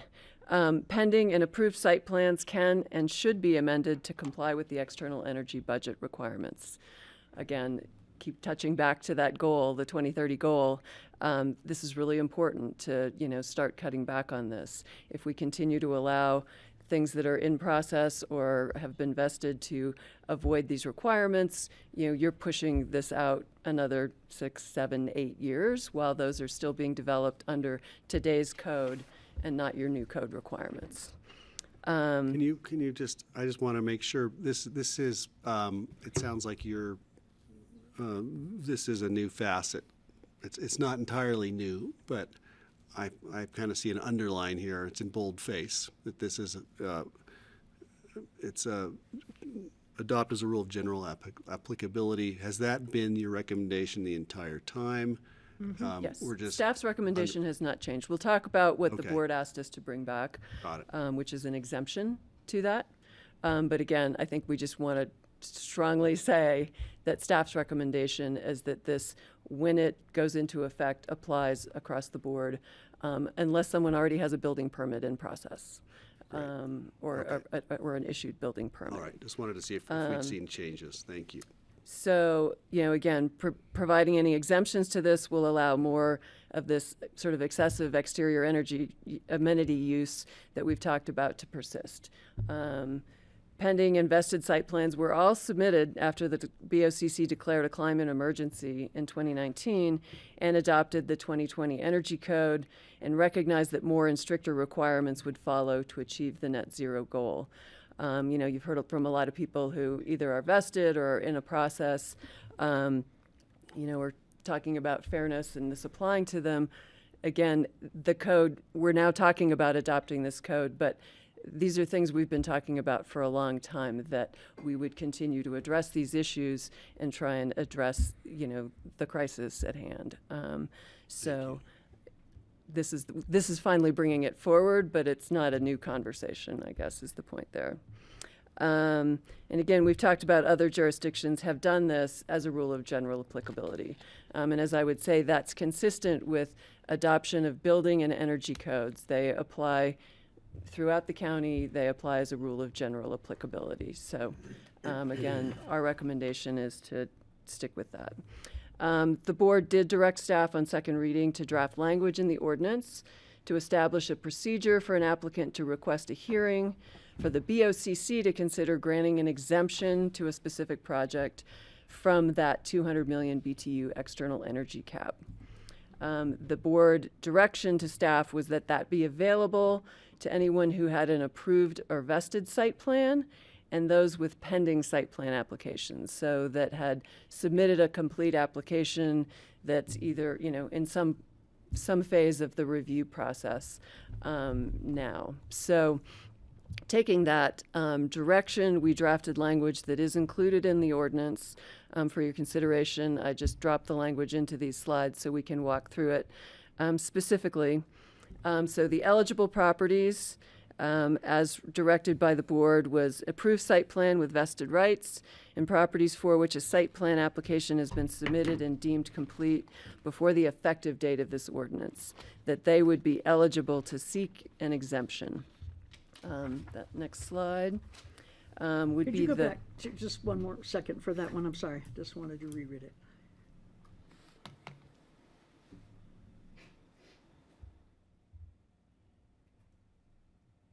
Okay, thank you. So the next provision speaks to the procedure, and that it would be an owner would submit an application to community development for review by BoCC. Board would review at a public hearing. So to be clear about when this could happen, if a property already has a vested right with an approved site plan, they can go ahead and submit to the BoCC for that. But for the applications you're talking about that are in our process now, they need to complete that process. We can't, in the middle of us reviewing their site plan, suddenly send them off to the board to ask you for an exemption for something that hasn't been completed in our review process yet. So they would not come to you until they had completed the site plan review process with us, and then before they were to submit for building permit. Once they'd gotten that vested right, then they'd have the potential. And again, this would be limited to those that had been deemed complete by a certain date. So just clarify, I'm a little bit confused about this, as I have been all along, about the difference when it's deemed complete and when it Flip up the is next, complete. we'll give you the next slide and see if this helps. Okay. So you saw some of this before where we talked about the land use process. We do a pre-app, the application's submitted, we review it for completeness in planning. We review In that other words, you review it to say, okay, we are now ready to review We're this. now ready to review it. We have enough information to review it. We'll start our review. We may need more information. Issues may come up. There may have to be revisions along the way. But, right, completeness is, do we have the application parts here. complete to review? Yes. Yep, okay. So then we get to application review. At the end of that, we grant approval. With that comes that 3-year vested right. So what we wanted to then show that then continues into the building permit process. So you have your vested right, you're ready to go to building, you have a pre-submittal meeting with building, similar to our planning review on completeness. The pre-submittal is making sure you have all of the information you need to bring in the permit for review. So once we've gone through the pre-submittal and it's ready for intake, then it's accepted, it's submitted, and it goes into our review process. At that point, the initial step there is our referral agencies looking at it, zoning, environmental health, fire departments, getting their comments, input, which may require revisions to the plans. Once that is done, then it moves into building for their review under the building and energy codes. So that's the building review, and then the permit is issued. So to the point of where this exemption process would fit in is what we're saying is it would come in after you'd been granted an approval and have a vested right. And that's what we discussed the last time, is at that point. What you had discussed was allowing vested approvals to come in, as well as anybody who's in the review process. I think what I was trying to clarify is if all of those are eligible, those people who are in process today couldn't request that exemption until they'd gotten to the end of the land use review process. I thought this is what we had sort of were working towards. I hadn't realized, if I had asked for it, I was mistaken that it would go all the way back to having their land use application in. I thought it was at this point that we had talked about it. But you're saying we had actually requested that perhaps people who are in the top line were also eligible for an exemption? Correct. That was our direction at the last hearing. So that back to that eligibility, it was that somebody who has a vested right now, or someone who's submitted a complete application that may still be in that review process. Oh, okay, yeah. But hadn't gotten an approval yet. You wanted those, again, the direction was that all of those would be eligible, as well as anyone who had a vested approval. But today, your recommendation is to put the applicability pin where you have it up there, And then, so those people who have submitted their land use plans, applications, would now, if we passed it like this, would now have to redo those plans in order to ask for an exemption or to fit the code. No, no, it's essentially saying, complete your application And then you can as you've appeal. submitted it. If you've, feel that you should be exempted from this provision, you would still have the opportunity to make that request, but you have to have completed this Yeah, okay. process first. And I guess to go back, I see Kelly kind of, we don't recommend that you do any of this, but this is what, what we were directed to bring back. Are we still at a 5 to 10 Thank you year for that backlog? clarification. 5 to 8 year backlog of reviews and appeals processes to the BoCC if we were to do this? So, yeah, I mean, I think, what we were saying was, again, the numbers of people who are in a process or have been vested already, if you're just if you have a vested right today, say it was just granted, you have 3 years, that's 3 years before you have to, are coming in for your building permit. You have time to, to decide when to bring that in. So if you extend that to the end of the 3 years, then there's a year of getting the permit issued. There's a year before you actually have to have done some work on the property to get an inspection. So that's where we talk about the 5 years. Some of these people are in the review process now, say they get their vested right sometime in the next year. Again, we're adding an additional year onto that process. For those, they get their 3 years vesting, a couple of years to work their way. So again, when we say, really you're pushing this out to 2029 with a goal of 2030 being net zero, all of that development that's coming in that time frame is not meeting your goal. What is the average lifespan of a home in Pitkin County? So we're talking about, in 9 years, we build a house that's exempted from the exterior budget, and that house is gonna operate for 10 to 40 years. Sure. Our lifespan's probably shorter than other places maybe, but I don't know what the. So Yeah, 10 I to don't 20 know the years. answer to that, Okay. yeah. But Kara So it's not just 9 years, it's 39 years, or 29 years. There's another expert in the room, but for studies we have done in the past at Pitkin County, we assumed a 30-year lifespan. Okay. Which is shorter than nationally. 30, did you say? 30. Okay. My house is 22 So years old. 39 It years. feels so new to me. Okay, You thank got you. a better plan now. Put your application in. I can skew the average if I take my house off of this. Okay, keep going. Thank you. All right, so again, back to the language we put in the code related to this procedure. So C is the criteria for the board to use in considering whether to grant an exemption from the 200 million BTU per year external energy budget. Again, what the board talked about at the last hearing was a hardship created by application of the exterior energy budget to the property. There was discussion of innovation in the site plan or attendant public benefit. Those were the two criteria the board talked about. The one we added is if somebody's coming to you to ask for an exemption, we think they should be showing you the actual exterior energy BTU use of their plan so that they would bring that forward. Just a couple of comments here. The thought of what is a hardship? That was not, you all didn't get very specific about that. That's pretty broad. There's certain provisions of the land use code for a variance of your setback for the Board of Adjustment that talks about physical characteristics of the property that create a hardship. That's not the kind of hardship we're hearing about.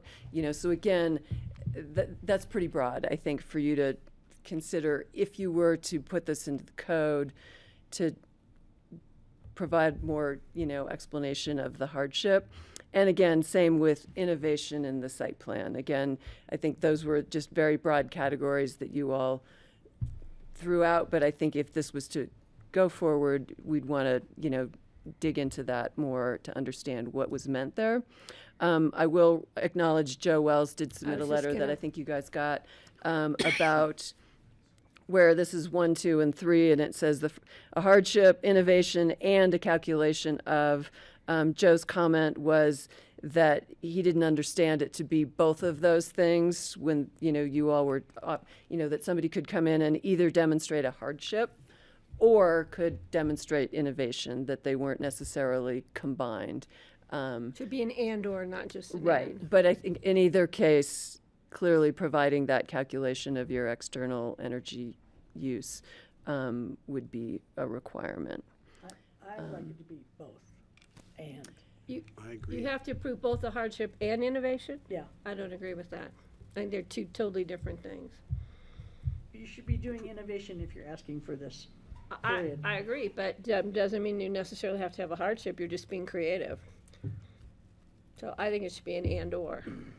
So I'm allow people to come in, a lot of people will say, I have a hardship, so I'm being innovative. Some people will just say, I have this great idea, and you really wouldn't count me as a hardship, but I have a better idea than what you're offering me.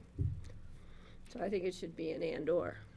I think that makes better sense. That's, but I definitely agree with the third point, that should be part of it. Now, just I don't want to stifle creativity. If somebody comes in with a really great idea. I hear you. I don't think we all will be, but number 3, again, so I'm just trying to figure out how that fits into the criteria in the sentence above, paragraph above. A calculation of exterior energy use. So you're saying a calculation that demonstrates it's below 200, or No, what I is- think the calculation is to show you what their BTU use is. They're coming to you because they exceed 200 million, that they should show you what their plan requires, and that you have that as part of your consideration in whether you are willing to allow them to exceed that based on these criteria, but that should be available for you to consider as your. Because you might feel differently if they're asking for 220 million as compared to $1 billion, Right. And so that's something we'd probably ask for anyway, so we might as well get it from the get-go. Yeah, exactly. Okay. But the and/or is interesting. So you all can debate that one, but from staff's recommendation, none of this language would exist. So again, just going to keep hammering that one home for you. I think we've heard it, but that hasn't Right. changed I my just mind. have to keep saying it. So yes. I was telling Suzanne and Jeff, as this came back again today, that this is like Groundhog Day for me, and it doesn't bother me to come and hear it again and again and again, because this is complicated, and we're trying to predict the future and predict technological innovation and climate, dystopian fantasies about the climate. And I'm happy to hear it again, so I appreciate you reminding us. In fact, I need to. Kelly. I will note Steve's had his hand up, but I do have a question as well. Well, you first and then Steve, but thanks. Steve, I'll get to you. You can always yell at me as well. I am wondering, in our first presentation on this, or I think our second, maybe, you did give us some numbers of projects. And I would like to understand, I would like to hear that again as we understand who we're considering being exempting or not. So there were, again, when we calculated it, there were like about 95, I believe it was, approved and vested site plans. That is not parsing out of those which have large exterior energy uses or not. That is just, there are 95 vested site plans as of the first of this year, that have a period of time that they would be able to come in and not be subject to this code. Adding to that, I think the number was 40 applications in process that, again, maybe not all of those would, fall into this realm and be affected, but that all of those would have the potential to not be subject to that new energy budget. So future boards would be hearing a lot of these exemption requests going forward. We don't know how many, again, in a lot of cases, and we talked a lot at the last meeting about the opportunities to amend a site plan to address this. People can, opt to not include their pool. You know, the changes can be made to meet the budget. A lot of houses don't get anywhere near this budget. I mean, I think that's important to know. This is a very generous budget. Let me just clarify something. I was understanding this as a transitional exemption process or a transitional appeal process. That, you know, there's going to be a point in time there. All of the applications have not been deemed complete, right? All of those future applications not deemed complete at, you know, as of 30 days from today. They're coming in under this. They're coming in under 200 million BTU. So we're talking about an exemption process as a transitional, transitioning this Correct. policy But- from and what we that- have now to what the And 200. that transition period, again, if somebody's getting an approval this year and they get a 3-year vested right, we're saying within the time of that vested right, they'd have the opportunity to. So we could be pushing it out 4 years, but I mean, that would be sort of the outer limit, I think, Kelly, to your point is there is some end to that, the opportunity to request it. Yeah, if you're not deemed complete by March, whatever, 14th. Well, couldn't we put a different date on when you have to apply for your exemption? It doesn't have to be the whole 3-year period. Couldn't we say you have to apply for your exemption before January 1st, 2025? I mean, if they've already had their land use application or approval, and they just haven't gone to their building permit yet, they already have it, it's already done pretty much. Why couldn't we put a limit on that? Why do we have to hear them for 3 years? Building codes, not to the land use code. What? A lot of this is tied to the building codes, not to land use code. That's true, but we're just saying that if these people, if it happens to come out like the one drawing that Suzanne put up that she doesn't recommend, if it comes out at that point, then we just have those people who already have had their land use plans completed. So we just have those people. So we don't have to give them the whole 3 years for their vested rights, do we? Can't we just say you have to appeal for an exemption soon? Get your act together. Get in here within a year. Is there anything that says we couldn't do that? I'm not sure that's the issue. I think the issue is really. John, Mike, thank you. Sorry. I think the issue is more, what are you thinking collectively as a board you want to accomplish with what is being called an exemption? What are you looking for there? How do you feel that would be applied? What are you trying to accomplish through it?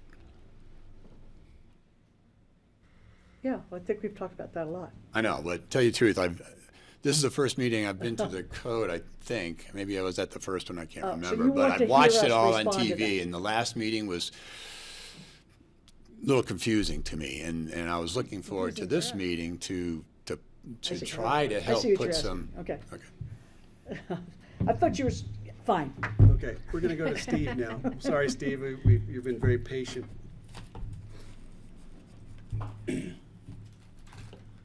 Oh, is my mic on? Yeah.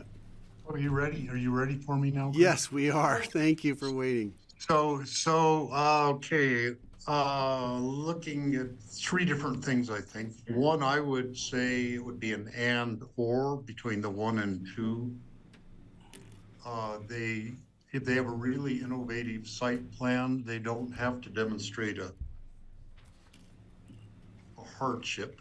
And I thought actually of an innovative thing with an attendant public benefit that some people might bring forward, and that would be they would extinguish TDRs in order to have a greater energy budget on their exterior energy budget. So they could be eliminating energy use in a house somewhere else in the county and be able to use that energy on their property. That to me would be an innovative use of TDRs that we should consider. So to me, the reason to do the exemption at all is, and I said this at a previous meeting, that there are people who have submitted their things and have been waiting patiently or impatiently in some cases for months and months, and they haven't, they're waiting their turn to go through the process. And to me, it's a fairness issue based on probably on legal grounds. I would imagine that if we change the rules after they've done everything they were required to do, and it's through no fault of their own, they haven't had their hearing yet, that's why we need the exemption, to give them a chance. Doesn't guarantee that they're going to be able to do their more than 200 million exterior BTUs, but it gives them that the opportunity to do that if they want. And final point, I do like the idea of having a cutoff date like Francie suggested, that so we could have this be a more finite process of the reviews, not that for the next 6 years, people are going to keep bringing in requests for the exemption, but that it's going to take place in a much shorter time period than that. So that's all I have for now. Thanks. Thanks, Steve. I have a couple of questions on that. Maybe for John or Suzanne. Could we do that? Could we offer a REMP in terms of neutralizing a TDR in exchange for an exemption? How does that affect what we're trying to do? It's a carbon tax, I think, is what it would be. Regarding the fairness and legality about the board changing building codes and energy codes, I think it's been done before, and the fairness issue probably has come up, but it still gets done when it has to be done. And I'm just wondering if you can elaborate on that, either of you. The fairness issue always comes up. Surprisingly, the boards, as the board is constituted, over the years, surprisingly, the board comes out on the end of that question pretty consistently, which is surprisingly because there's no continuation, say, of one commissioner, or a group of commissioners to the next time the issue comes up. But that always comes up. And it's always an issue of how to apply something. When you say legally, Greg, there are a number of things that have to be looked at in complying this proposed ordinance to state law. Just, I guess, so I don't catch anybody off guard, I am definitely going to ask that you kick this into the future. So I have some concerns about the way the ordinance is addressed now in compliance with state law. That said, the question that I really have is in particular to this aspect of it, the exemption process or exclusion, or however you want to phrase that, is what are you trying to accomplish if the expected result of state statutory provision is to exclude this from application to somebody with a vested right in a site-specific development plan? Or what are you trying to accomplish by excluding somebody who has a complete application in prior to the effective date, whatever that might be, of this ordinance? Site plan application. Yeah, or any development permit for a site plan, a site-specific plan. Anyways, what are you trying to accomplish, as opposed to just simply saying, yeah, if you have a complete application and you're in before this goes into effect, then you're exempt.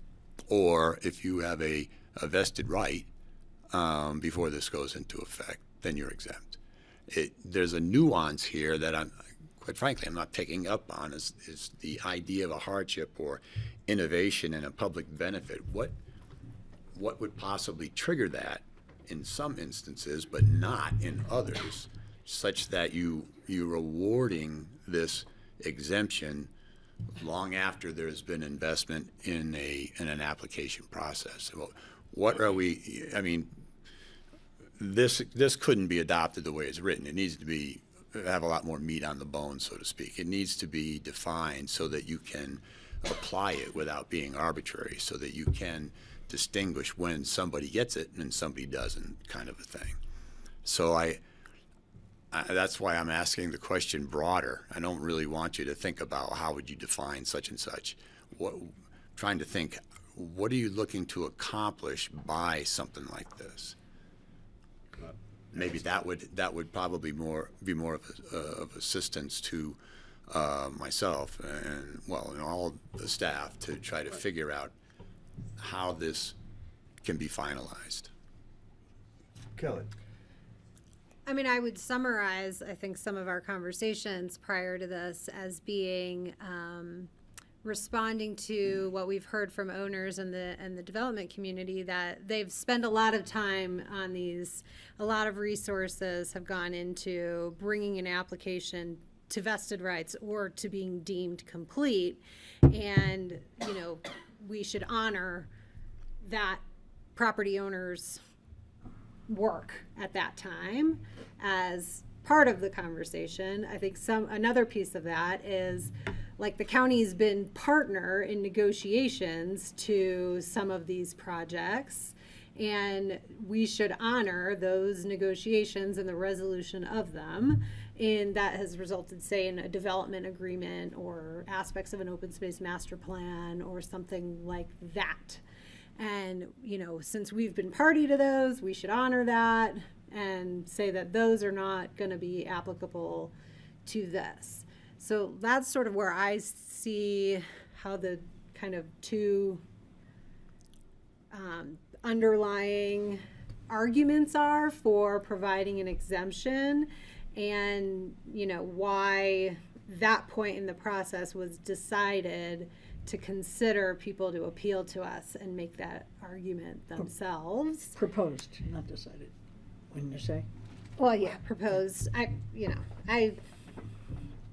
have my own opinion. Well, you certainly those have. I think are, if I can fairly summarize what I think have been the discussions of the board on why we directed staff to bring back an appeal process, I would say those were the two reasons. And you certainly have competing interests. On the one hand, you've got a bunch of property owners, at least 95, but that number could certainly be increased just by extending vested rights into the future or doing any number of things that pushes the window out that people operate under.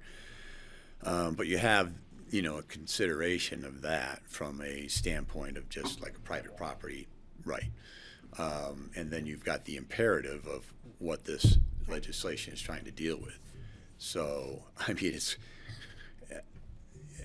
it's all well and good that you. And therein is the political question. There is the rub. I mean, you can say you'll have an appeal process. Actually, we do. Anybody who feels aggrieved right now of any application of any aspect of any building code can file an appeal to the Board of Appeals. That's one of our citizen boards that is set up to be consistent with state law and review how building codes are applied. So this sort of is another step out of the ordinary by injecting you guys into it as opposed to the Board of Appeals, say. Is it necessary that we be injected into it, or could it go to a separate board, or Absolutely. Could it be done administratively? Well, right now there's already a process that allows for that. And that's embedded in state law. It's embedded in our own charter. So that there is that. But that's a little bit different. That would be that the decision was not made according to what was written was supposed to happen. This is a different kind of appeal. This is an appeal to actually go outside the bounds of the codified building code specifications. Is that accurate? See, and I think the Board of Appeals is more like, did you apply it fairly, right? Isn't that the kind of appeal that would go to the Board of Appeals? The exact language is. We had it ready for you. Yeah.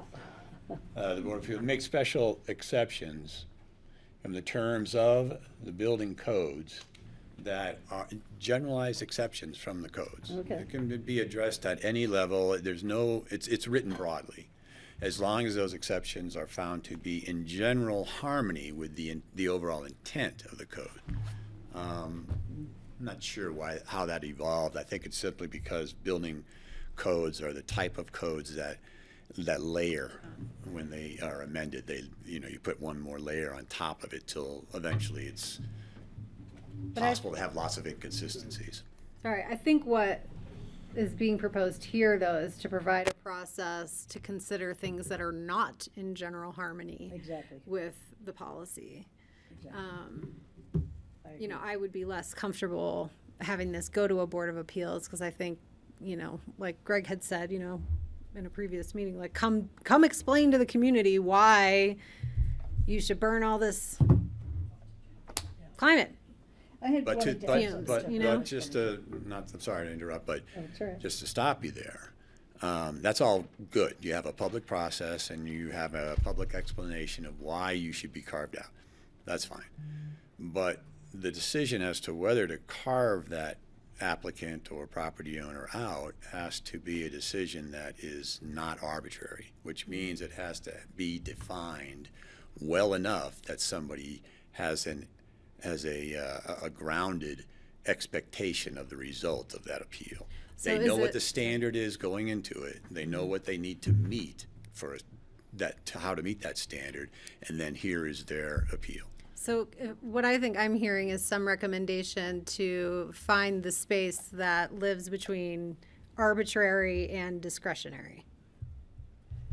I'm not sure there is any space. I mean, there is but never. That's, because this says it's the discretion as, of the board, and we see that in other places, but you're also saying like it can't be arbitrary. There's so no we such have to thing. Find that space. There's no such thing as unfettered discretion. Sometimes that does get bandied about, but it does not exist. Discretion has to be bounded by some framework so that you can justify how you're applying it, that you can be equal in its application to similarly situated circumstances represented by different properties or different applicants, that you can be guided by what an innovation might be, for example.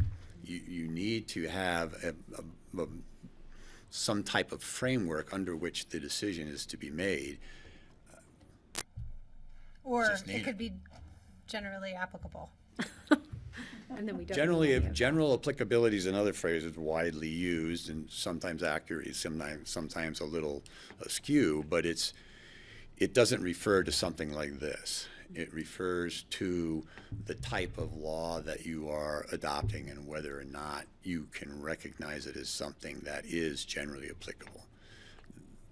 I would like to go back for explanation to you about why we're doing this at all. Okay. Can we go back to that? Yeah, sure. So she gave you two reasons. I have a third one, and that is that if you didn't have your building permit, you're out.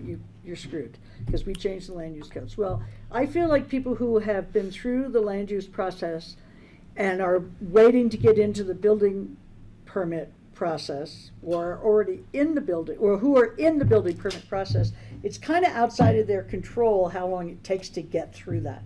So I feel that it's unfair to those people who might have been held up for a long time in the building permit process through no fault of their own to suddenly be subject to a change that came after they submitted their application.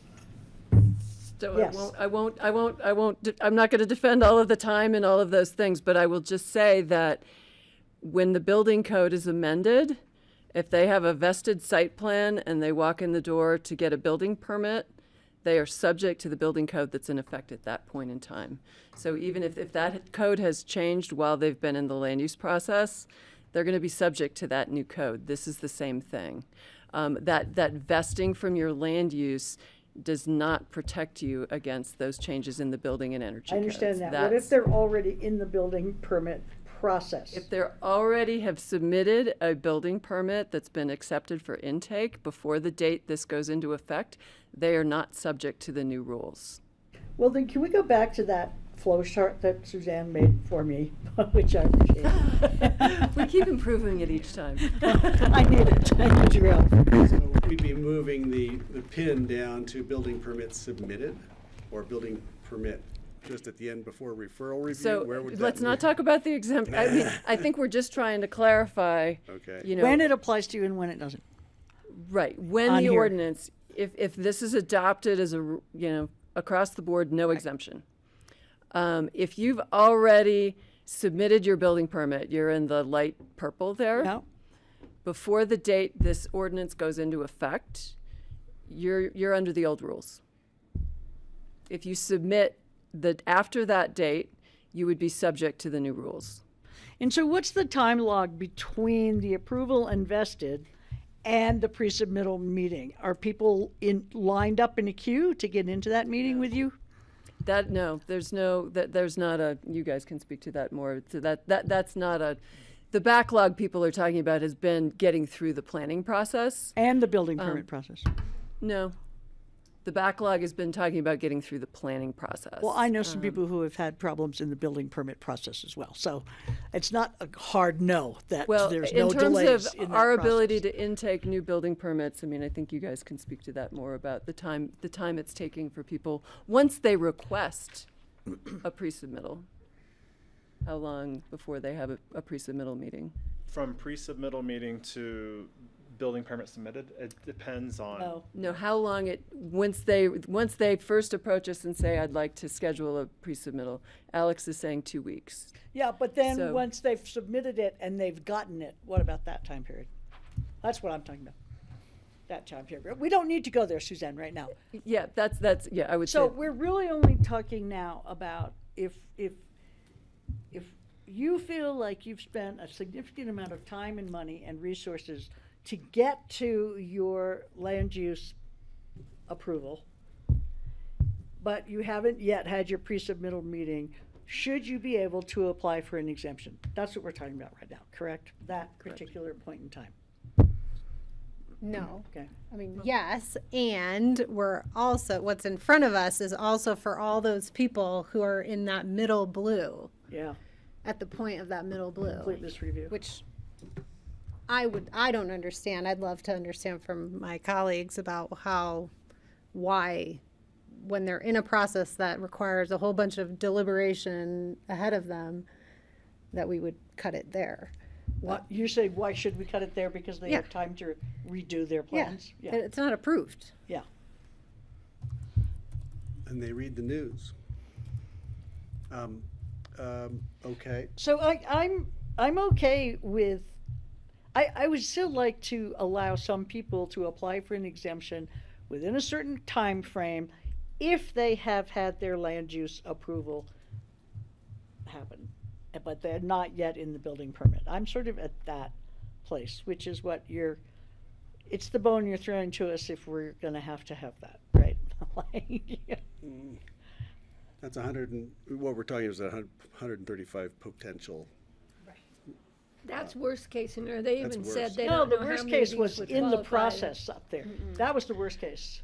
So was right, being what in I the think blue. what Francie is saying, right, you either you capture all of those in the process and already vested, or you just do vested as of the That's date right. of this. And that's not 100 or none of it at all. But That even was not within 135, not everyone's doing snow melt. Not everyone's building a pool. Right. It's a smaller universe. Right, and not everybody would apply for an exemption. Some of them Right. might just say, fine, I won't put those heaters out there or something. So that's kind of where I stand right now.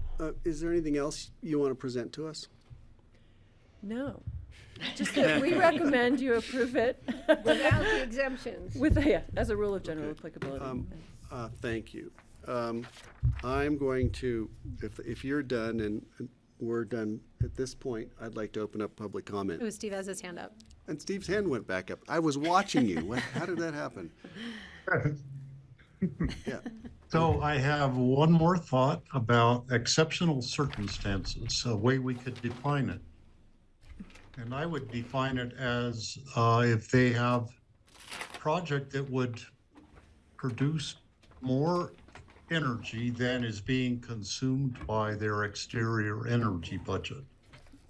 So they could do this by innovative things such as having their interior part of their house could be net zero, and they're saving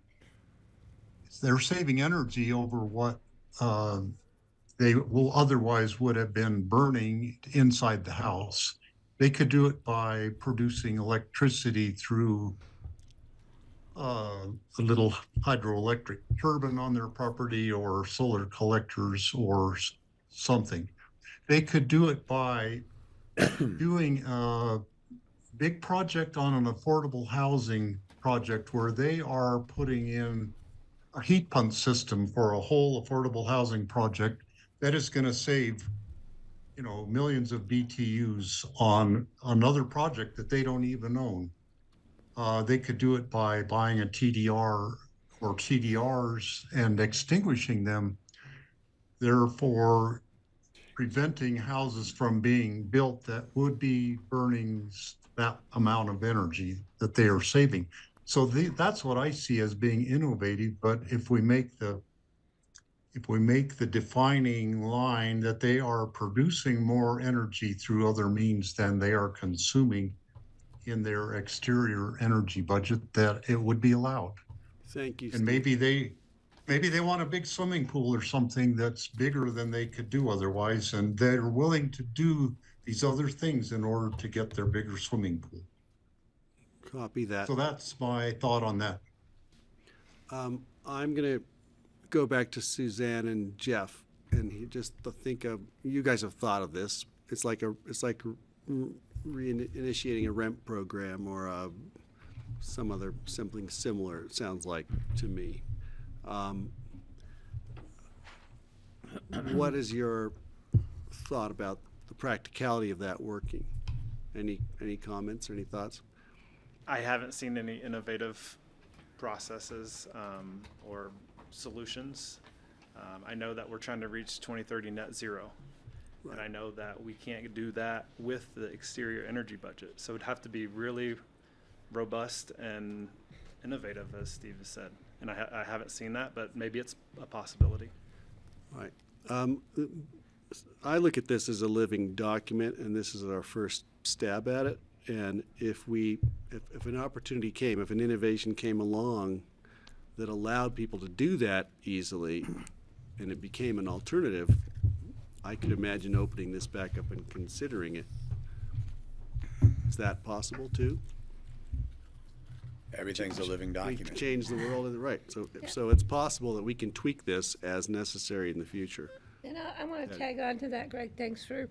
I would recommend that we bring it back in a year after it goes, if it does go into effect, to reevaluate, to see where we stand. As far as meeting the goal by 2030, it's going to take a lot. It's going to take a lot of effort in a lot of sectors. We need to be working in that direction, but it's not a one solution fits them meeting everything by 2030. I mean, we've got so much going on. A lot of it is existing dwellings or dwellings that are already in the process. So I think we have a lot ahead of us, but I would really like to see us bring it back to see how it works and what we need to tweak, because as we know, technology is changing, but the environment is changing, the world is changing, and there may be other options we should consider. So, right. Thank you, Patty. I'm not sure where I'm going to be on the whole thing, because I see where the rest of the board's going. Clearly, it'll come back for review at some point, whether we put that into the rule or not. Okay. I think it's time to open this up to public comment. Let's get to it. I haven't created a list, but if somebody in the room Still not back. Would like to make a comment, I'm going to start in the room, and raise your hand, and I'm going to pick people. You, please. You got here first. Yep, come on down.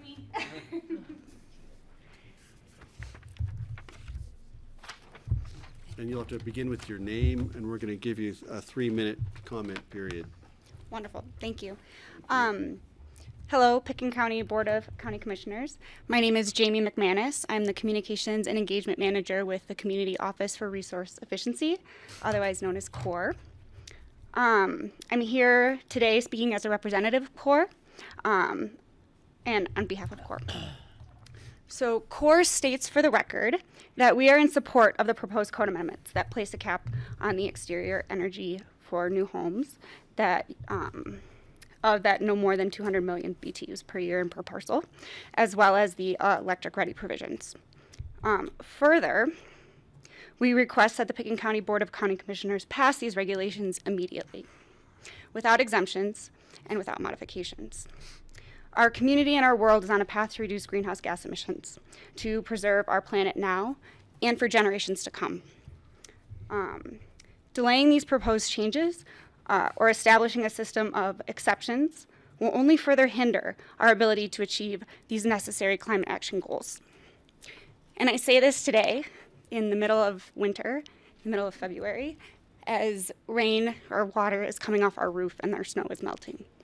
In Pickens County, the building sector produces more than 60% of greenhouse gas emissions. Implementing these bold amendments to our building code is critical if we're going to reach our net zero carbon-free future for everyone to live, work, and recreate sustainably. Later is too late.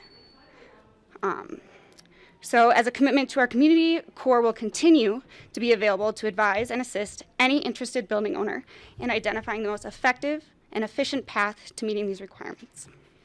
Thank you. Thank you, Jamie. Thanks, Jamie. Thanks for coming in. Okay, hands up, and anybody else want to come back in the back? Auden. Hi, everybody. Auden Schendler. I'm representing Aspen Skiing Company. First, thanks for doing this. Thanks for looking at it. As some of the older people in the room will know, exterior energy use was what CORE was trying to address 25 years ago when Randy Udall started working on that. And now we're finally getting to an exterior cap. It's the right idea. It's really important. We think it should be passed without exemptions. And I'm also here to say I think the electrification ready code is really important. It's not actually leading the state, but we know where you're headed, and eventually we'll get to an all electrified code, which is what we have internally at Aspen Skiing Company. So this is the right thing. It's hard. There's a climate crisis. We support it. We'll follow this code. We'll try to exceed it. We're doing it already. And we really appreciate your getting out front on both of these issues. They're super important. Thank you. Thanks, Auden. Thanks, Auden. Thanks, Auden. Okay, any other comments in the room? I'd like to, up here. Thank you. Hi, everyone. Justin Nyberg with Holland and Hart, representing the project up on Willoughby Way, which I think you're familiar with. But just to remind you, so the Willoughby Way project started in 2021. We applied in 2021 for a multi-parcel development project for 2 large homes, along with a widening of Willoughby Way, eliminating a residential development right, making significant investments in community water system upgrades, fire safety improvements, deed restricting 2 free market units, and funding a big fire mitigation project. I want you to know this applicant is completely in support of an exterior energy cap. The county does need to rein in exterior energy. That said, from our perspective, while this appeal process is not as fair and efficient as merely exempting existing applications that have been approved, you've already negotiated, we've gone through the entire approval process, and a lot of investment is being put into these plans. That's the fairest thing is just a blanket exemption for projects that have passed that point. I sense a lot of discomfort on the board with the fairness and all these arguments for these projects that are going to be substantially hindered, having already achieved their approvals, particularly projects like this one that offers substantial community benefits. I think we can do better in terms of crafting a smarter legislation that creates a narrower exemption that's more targeted. I don't think it's appropriate for the board to pass bad legislation that they'll just amend later. Thinking because a lot of people are going to be relying on these rules. If you do proceed with the appeal process, we completely support the change from and to or. It's too much to ask for an applicant to demonstrate hardship, as well as innovation and public benefits, like be specific in what your approvals are, but allow yourself flexibility to make, don't box yourself in with too narrow criteria. If you do proceed with the appeals process, create an expedited process for folks who have been in the land use process for our projects going on to our third year now, to quickly come back to you and pursue that appeal. Like our team is, frankly, we're committed to this project, but the team is getting exhausted. We proposed the best project we could, and we're just getting exhausted by the delays and obstacles to proceeding with this project. Again, we applied in December of 2021. It's now February of 2024, and we're looking at an appeals process or delays where we don't know if we're going to get through this process for several more months, maybe another year. We don't know. We're stuck in limbo waiting for the board to approve a development project, a development agreement that we've been waiting for. We're otherwise ready to proceed with all the community benefits that this project has to offer. So I would urge you to take a pause. Let's work together to create smart, narrowly targeted legislation that's clear, that's not going to risk a concern of arbitrary application. And I personally want to go back. I went through the applications that are currently in the queue. The number is there's about 60 in the pending land use application process. Only about 16 of those have pools or spas or these highly energy intensive features. We could go through the rest of the ones that have been approved in the last several years and get you a clear data on how many pools and spas and things are in those. So you have data to make this decision on. I'm happy to do that on behalf of our applicant. But we want you to take the time to approve smart legislation that does not need to be amended in future months. And please expedite the ability of projects like our project on Willoughby Way to come back to you for whatever appeals process you implement. Thank you. Thanks, Justin. Just a really quick question. Sure. Where are you in the process? Have your land use approval? You approved our project 4-0, so unanimous approval in July. We have been preparing our building permit application. It's now ready. We can't even submit our building permit application until we get a plat approved, or until we record a plat. That plat is ready to record, and the only thing in our way is we're waiting for the county to sign off on our development agreement, and we can't get that negotiated. So we're totally stuck. Okay. When we record that plat, we lose a development right on Willoughby Way, and the county's telling us we're then going to change the rules on you and not allow you to develop the project that you have. So okay, we're really stuck. Thank you, Justin. Okay. Thanks, Justin. Okay, let's keep it moving here. Right there. Thank you. Come on up. You in green. You. You. That's Mona. Thanks, Mona. Thank I'm trying you to be very fair much. for the people I know and the people I don't know. Thank you. And Jennifer's back. Okay, Mona. Hi, my name is Mona Newton, and I think I'm representing myself today. As you all know, I sat for 10 months as part of the co-chair with Michael Miracle on the Growth Management Committee. And this is one of the recommendations that we put forth among many of them. And so I'm encouraging you to adopt this as is without any exemptions. And we're talking about, let's just bring this back to a limit of 200 million BTUs per development, right? And so that's quite a bit. There's already 135 units that are vested in the backlog, and so that's 7% of the residential housing stock in Pitkin County that could potentially, so you start multiplying that, and not everybody's going to ask for a 200 million BTU limit, but if you multiply those, my calculator on my phone can't get to that number. So if we don't do this now, we're just delaying this process. And if not now, I mean, why not now? I mean, Jamie mentioned we're in a climate emergency. It's raining. It's February. And so, and one of the charges that you gave us as the Growth Management Committee was to help you meet your goals through the land use rules. Well, this is the building code, and this is energy code specifically, which is outside of land use, but we had that purview to work on the energy code as well. And so we felt like this was an opportunity to help make the land use code actually more fair, the energy code more fair, so that everybody's at a limit, everybody has to achieve the same limit. And so we really wanted to be able to provide you with some guidance so that we could create a program that was meaningful. I also want to remind you that the code has exemptions. John has brought this up. The code has exemptions for various ways. We have REMP. The building official can make exemptions. So I don't know that you need to create another exemption for another program. There's already that built in.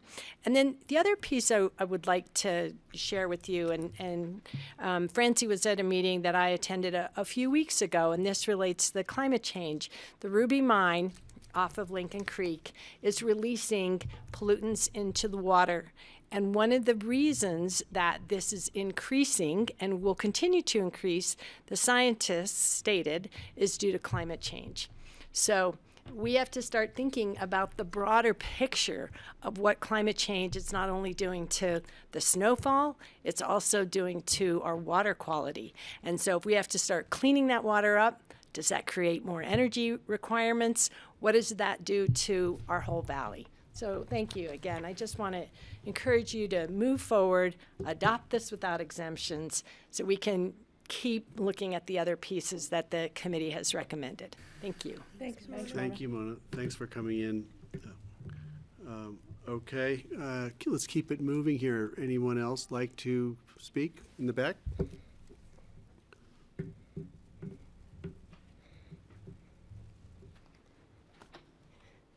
Hello, Jennifer Delecki Smith. I sent you guys a letter. I'm sure I can't hear you at all. Oh, I'm sorry. Can you hear me? It's not about the mic. It's about projecting in the room. The mic is Okay. for the television. Okay. Just all yell at us. Jennifer Delecki Smith. I sent you a letter earlier today because I was trying to submit it online and it didn't allow me to do it at such a late date. I'm coming from two different perspectives here. I'm a landscape architect in town, but I'm also a county resident. First, kind of taking a whole look at all the projects that have been submitted and approved for different things. From a business side of things, I do believe that it would be really difficult to take some of those rights away from people that have gone through really lengthy processes to get there. I don't have any current clients that it's impacting, but just from a professional side of things. In general, I think it's a great thing to start to get a hold of the energy usage. We have a lot of second, third, fourth homeowners, and we use a lot of energy. And so I'm not objecting to the whole thing overall, but as a community member, as a county resident that has worked really hard to be here, and I hope there's still other people that want to work hard to be here and make a life here and be a community. I think some of the things, like taking away some of the exemptions and the REMP fees, makes it super hard on community members that are living and working here. I don't think, like, I have a hot tub, it doesn't matter to me anymore, but I don't think taking away the exemption for a self-contained hot tub is going to impact a millionaire or a billionaire. It impacts them a little bit, but who it impacts is our neighbors. It impacts our community. It impacts, I don't know, your kids' teachers that want to do a little renovation, and our community is moving further and further away. And it's things like this that just put additional pressures on our locals. And I don't think all of our decisions should be made just thinking about all the bigger development. We've got to think about our community too, and you know, how it impacts the people that are trying to stay here and trying to be a part of Aspen and Pitkin County. So, you know, I think that there are definitely changes that could be made to this to make it better, to you know, for first homeowners that are here, like, I don't know, your neighbor, your kid's teacher, whoever is trying to be here, that could make some of this better for our community, keep our community together, because it's setting a kind of precedent to look at just what's up there and not like how it impacts our neighbors. I know maybe there's some ways to get around this, but the processes to do that are a lot for somebody that's just trying to build our community. So that's, yeah. Thanks, Jennifer. Thank you, Jennifer. Thanks, Jennifer. Okay, I'm still taking public comment. Susan, I recognize you in the back.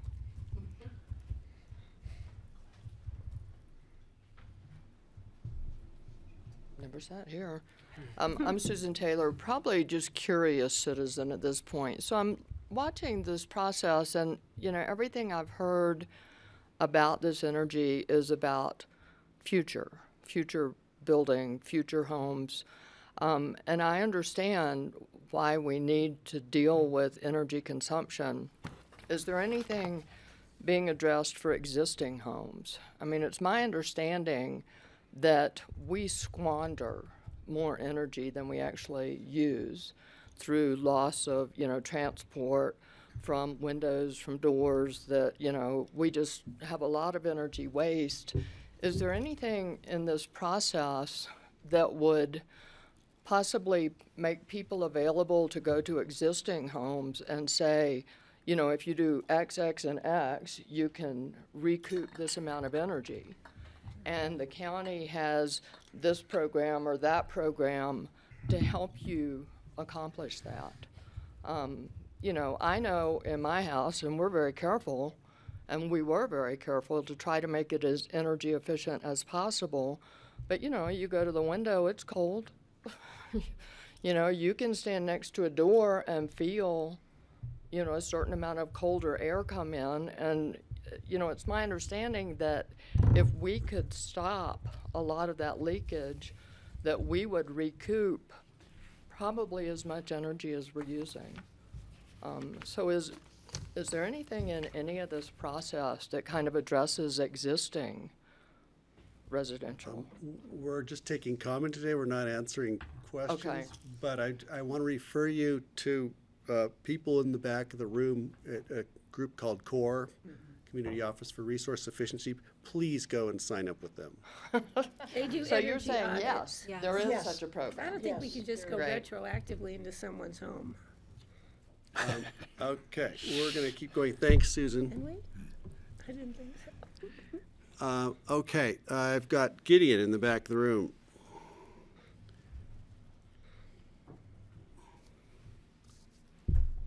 I know you got this, but I'm going to pass it around so I can refer to it. Great, thanks, Gideon. Thanks. I have Always my helpful. copy right here, Gideon. It wouldn't be the same without you here, Gideon. Okay. I have my Gideon copy, but I didn't get a red line. Does everyone have it? It's coming, but I've got, he's bringing me one. Thanks, Julie. Mine With didn't red come lines. red line. Oh, she wants a red line. I gave I her got a a red red line. Oh, now she's going. Okay. Thank Thanks you. for the record, Gideon Kaufman. And Glenn and I have talked to you about this before. And our concern is one aspect of the current ordinance. And we're not trying to change the overall cap. We're just trying to see that it's reflected fairly and accurately to actual use. And our approach is the actual use. And I said before, we're not trying to change the cap that exists, but to work within that cap. And the current approach, in our opinion, lacks flexibility and ignores technological changes as they relate to seasonal use, as that type of energy use is limited. Exterior budgets should be based on actual consumption and recognizing advanced technology and not hypothetical consumption. For example, there's a new pool cover that is foam-filled platform that comes down from the bottom and raises to the top and more than quadruples the energy efficiency. So those type of things ought to be looked at and encouraged. In addition, someone who's only wanting to use their pool in the summer months and not use it for the other 9 months, that ought to be taken into account. What we proposed here is very similar to other code sections. For example, if you have a barn, there's a covenant that goes with the barn. We've gone much further than that. And for example, what we proposed is not only there's a covenant, but there's mandatory pool inspections that are paid for by the property owner. It also provides for financial assurances along with significant penalties and even independent reporting requirements along with affidavits. Our proposal even addresses those people because there's concern that people are going to cheat. Not only do we have hefty penalties in here, but we provided for if you have more than 3 offenses, you have to remove your pool. So we're looking for people that are legitimately concerned about this and wanting to do that. And I don't think it needs to be put off for a future time. I think you can adopt something right now in this proposal that's before you that talks about how you do this. First of all, future energy pools, with this energy now, pools are going to be lesser, and so it's not going to be as difficult to enforce in the future. But if you have someone who's legitimately interested, being creative, as Steve has pointed out, if other people have pointed out, and limit it and are guaranteeing it and are taking the chance of having it removed if people cheat, I think that's something that makes perfect sense, because what your goal here is to limit energy conservation. It's not to make up numbers. It's to deal with actual numbers. So I would hope that you would look at our proposed language and adopt it or modify it. As John suggested, there's probably going to be another meeting, and we'd be happy to work with you to tweak it if there's better and stronger ways to do it. I just think the concept is important to understand actual versus theoretical use. Thank you very much for your time. Thanks, Gideon. Thank you, Gideon. You had 2 seconds left. You left. Happy Valentine's Thank Day. you. Okay, still taking, here we go. Joe. Hi, Joe. Hi. Joe's always in multiple places, have you guys noticed? For the record, Joe Wells. I hope I've made it clear that I don't have any expertise in this area, and it concerns me that when these numbers pop up, I just sort of glaze over. But I haven't really thought this through, but I'm concerned about the loss of innovation, things that people can do on their property that might be innovative that won't have that opportunity if there's no incentive to do that. So I'm hoping you'll preserve an opportunity for people to bring innovative ideas to you. Thank you. Thanks, Joe. Thank you, Joe. I'm going to keep it going here. Who's next? Who would like to? Other comments from the peanut gallery? We got people lining up online. I think we've got people online. We're going to switch. I see Steve Harris at the top of that list. We're going to go to Steve. Can you hear us?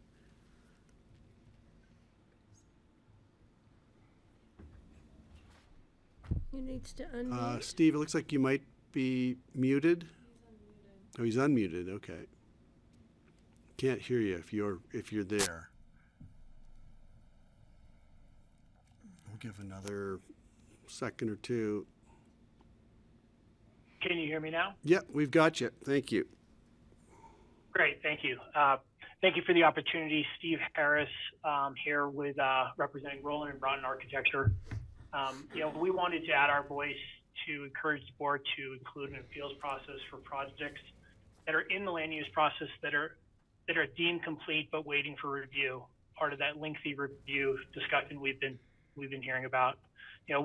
As architects who've been practicing more than 20 years in the Valley, we support the goals and initiatives the county has put forth here for new projects.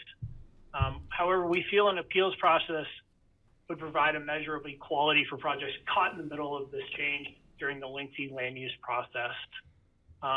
Similar to what we've just heard from a few other commenters, please provide an opportunity for these limited projects to present innovative solutions.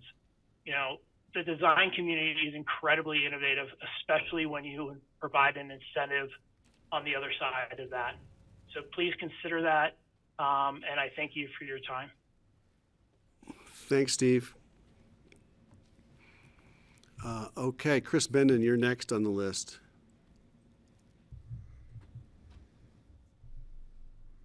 Okay, can you hear me? Yes, please go ahead. Oops. You're muted again. We'll have to start over. Sorry, Chris. Okay, let's try again. There we go. Okay, does that work? Now we hear you. Okay, good. Thank you. So you've heard my comments before. We are representing several applicants that are in the land use review process. I think our longest running one is about 14 months now or so. And similar to what you've heard before, there's a lot that goes into these applications. And in the design, I mean, we have the one I just mentioned is basically ready to submit for building permit.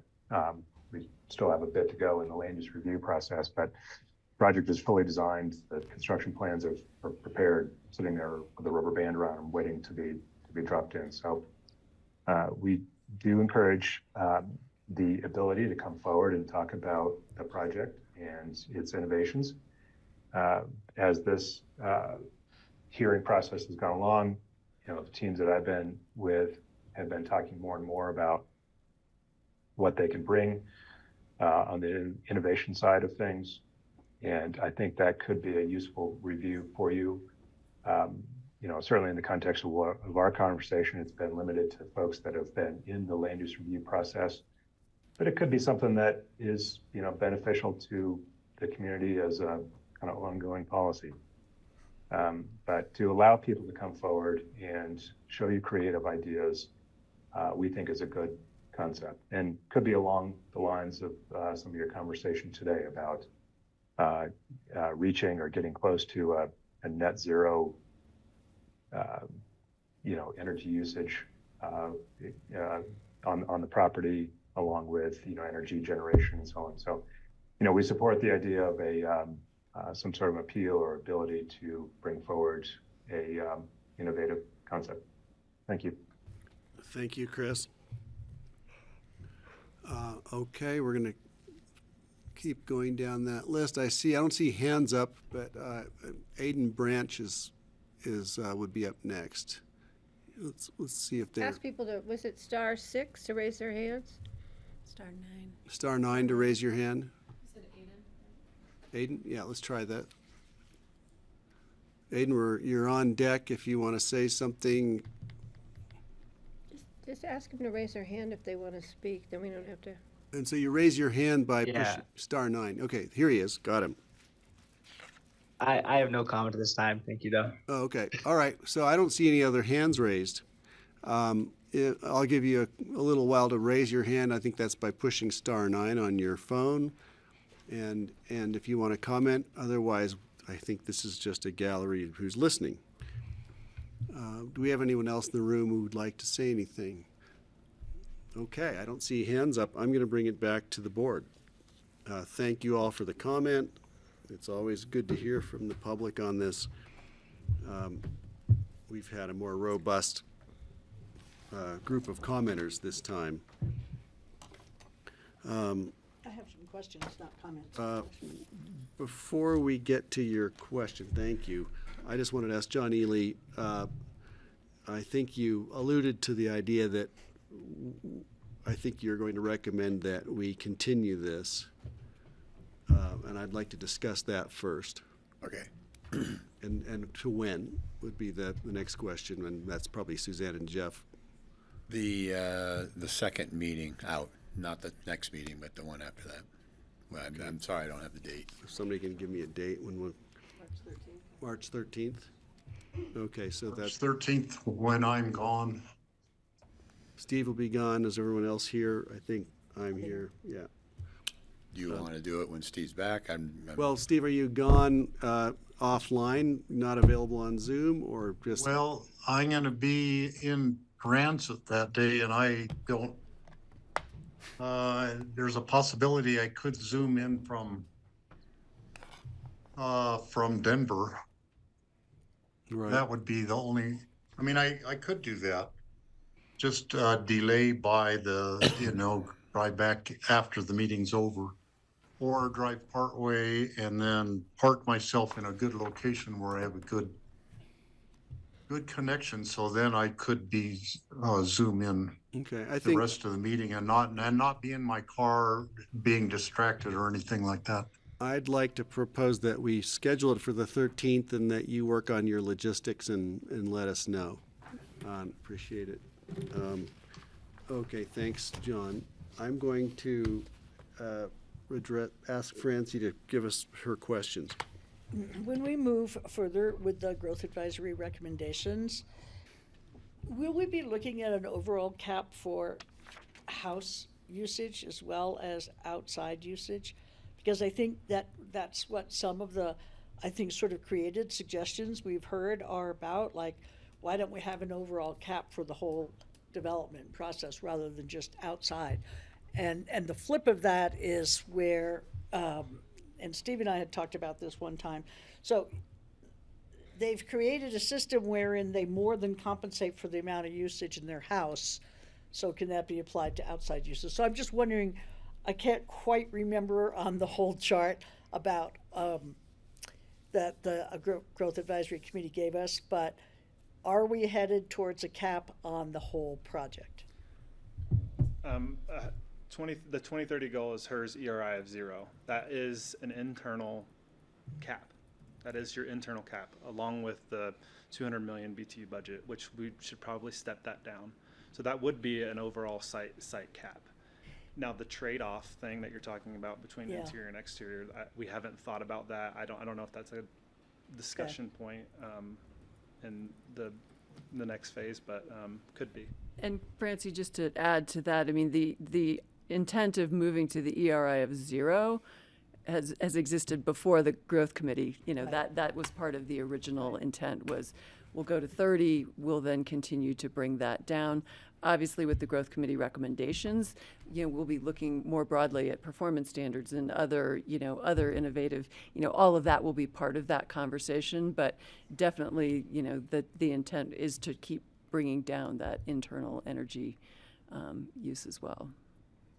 And then the other question I had was about a suggestion that I heard at the CAST meeting, and that was sort of a criticism of the electric ready requirement as compared to electrification requirement. Because if you do an electric ready requirement, you're now building a house that has two systems. So you're building a house that's electric ready and has that whole electrical system in place, and they're putting in natural gas or propane or whatever it is they're putting in addition to that. So you're actually increasing the infrastructure to accommodate two systems. So there's that. There's that. The electric ready provisions are not saying that they're not saying that you have to install the equipment, but you're right, they have to have all the infrastructure in place that can handle the equipment. But you don't have to have the amps to the house yet, you just have to be ready to receive them? You do. You do. Everything except for, the heat pumps and the actual equipment. But the electrical infrastructure has to be able to accommodate that future ready load. for it. And you have the option to not install gas. Correct. Well, of course. That's the hope. Yeah. Kelly, did you have a? No, I thought, isn't part of the electric ready provisions is from the state as well? Yeah, it is. It is, yeah. So I don't know, we have a lot of discretion over that. Can you, while we're on that topic, could you describe a little bit how we differ from the states, or how we differ from the more stringent ones that exist in the state, as Auden alluded to?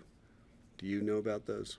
More stringent electric ready? Electric. It sounds like what Auden was alluding to is that this isn't even the most stringent. It's not like we're doing something more dire than anyone else. Yeah, I think what Auden may have been referring to, and he's in the room here, is that there are more stringent outdoor budget policies that have been adopted, for example, in Gunnison County and Routt County, and they were adopted, my understanding, under rules of general applicability.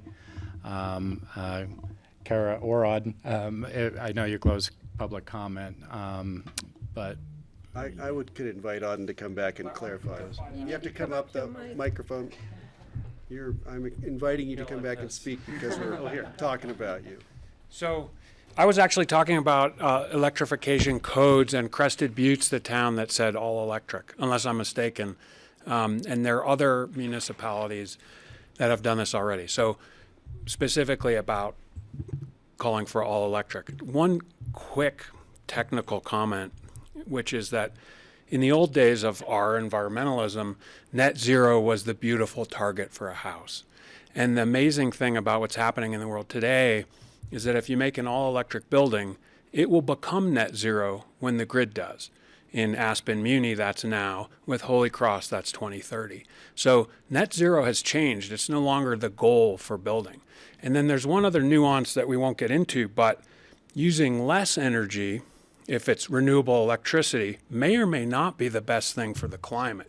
For example, utilities down the line might say, we're going to heat up a big electric building at 2 p.m. in the middle of winter and coast with that stored electricity. So you may actually want to use more power to balance the grid to store energy. That's a longer conversation we can have at the bar.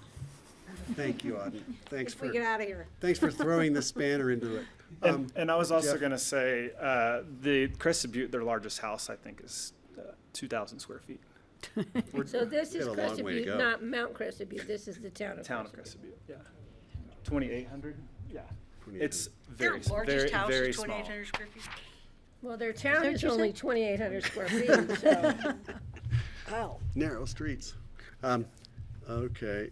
So the electrification piece for them is a lot easier, less complicated Yeah. than it is for 57, 50 up. Yeah. Okay. A county, not in a town. Yes. Also, big difference there. Well, I guess we should put it off, but is there any way we can avoid putting it off? Is there any way we can take action today?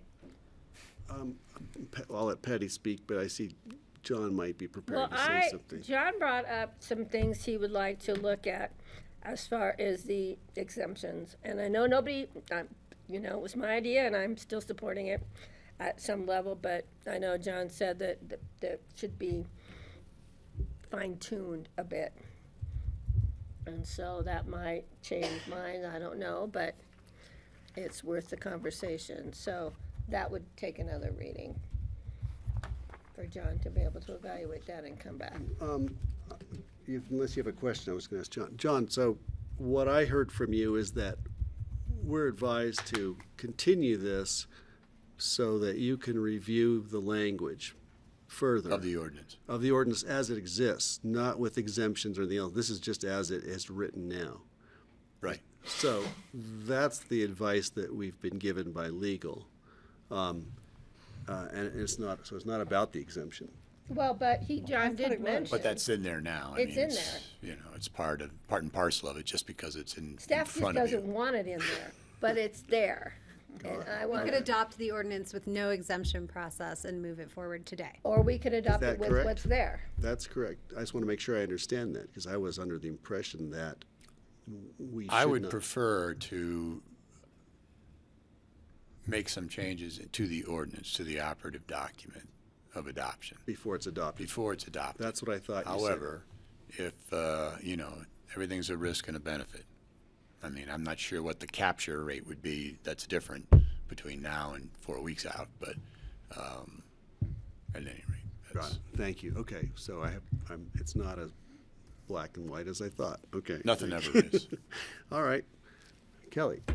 Yeah, I do think we should have some conversation related to the ideas that are in front of us. And maybe if John has some questions to probe us with about what criteria we might want to talk about right now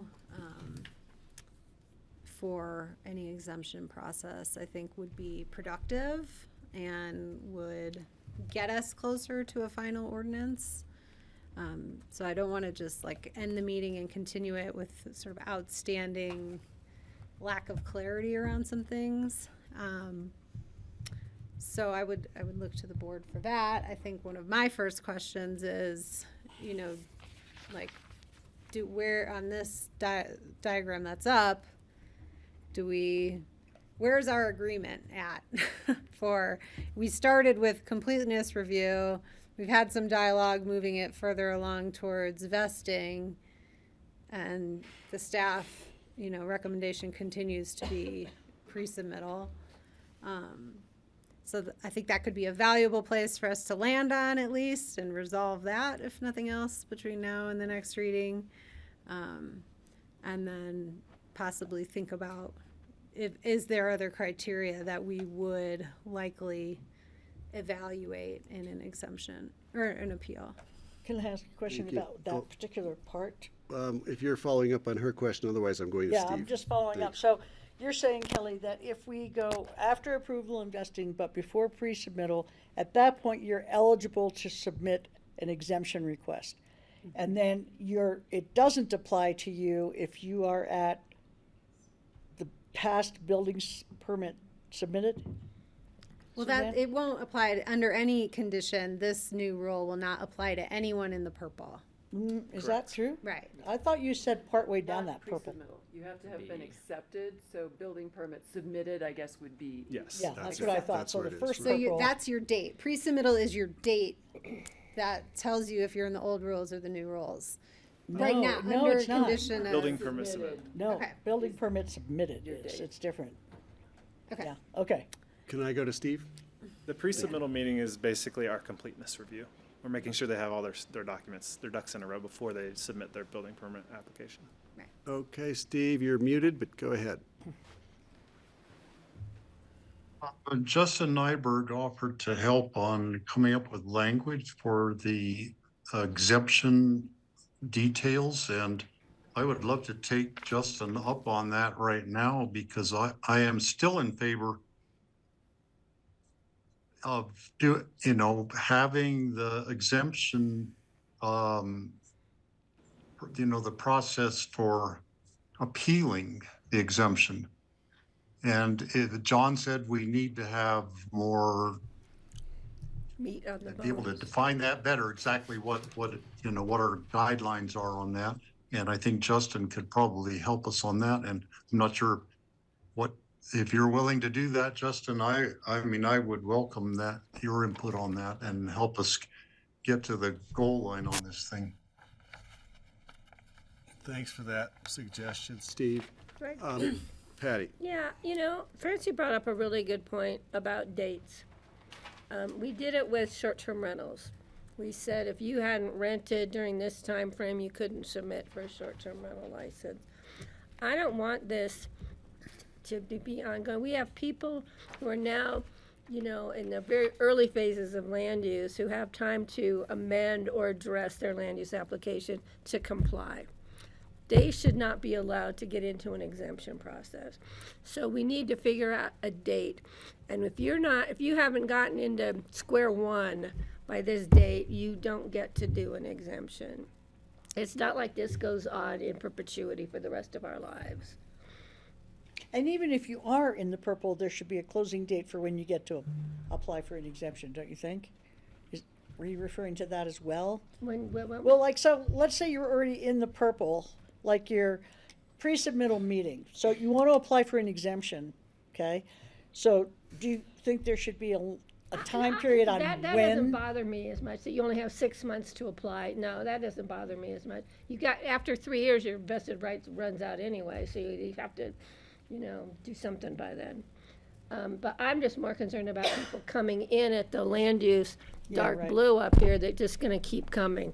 And I don't, because I'm the one who's really supporting exemptions, and I don't believe. I think we all then agree everybody on that. knows what's going to apply when they start the process. So they're not going to get to be exempted. Well, I really wanted to do this, but you won't let me. But I knew I was supposed to do that. So I think we need to have a date there. And John had said he thought we needed to have more meat on the bones as far as what hardship means. And I agree, we need to have better clarification on that, if we're going to support it or not. And I could consider supporting, if you're vested, then you get to apply further, but not when you just come in with pre-application submittal. Then everything is really sketchy, literally, at sometimes. So it's like, if this proceeds, so April 15th, tax day, right? Like anyone Pick a who's tax anyone day. who's not at this point in the process by April 15th, is gonna come under the new code, right? Anyone who's between April 15th and a past date, your 3 years of vesting or your building permit submitted, You can either apply. can appeal or you're coming in under the past rules. Yeah, so right? it's, yeah. So it's just where do people have to be by April 15th? Do they have Right. to be through completeness review, or do they have to have vested rights, or do they have to have their building permits submitted?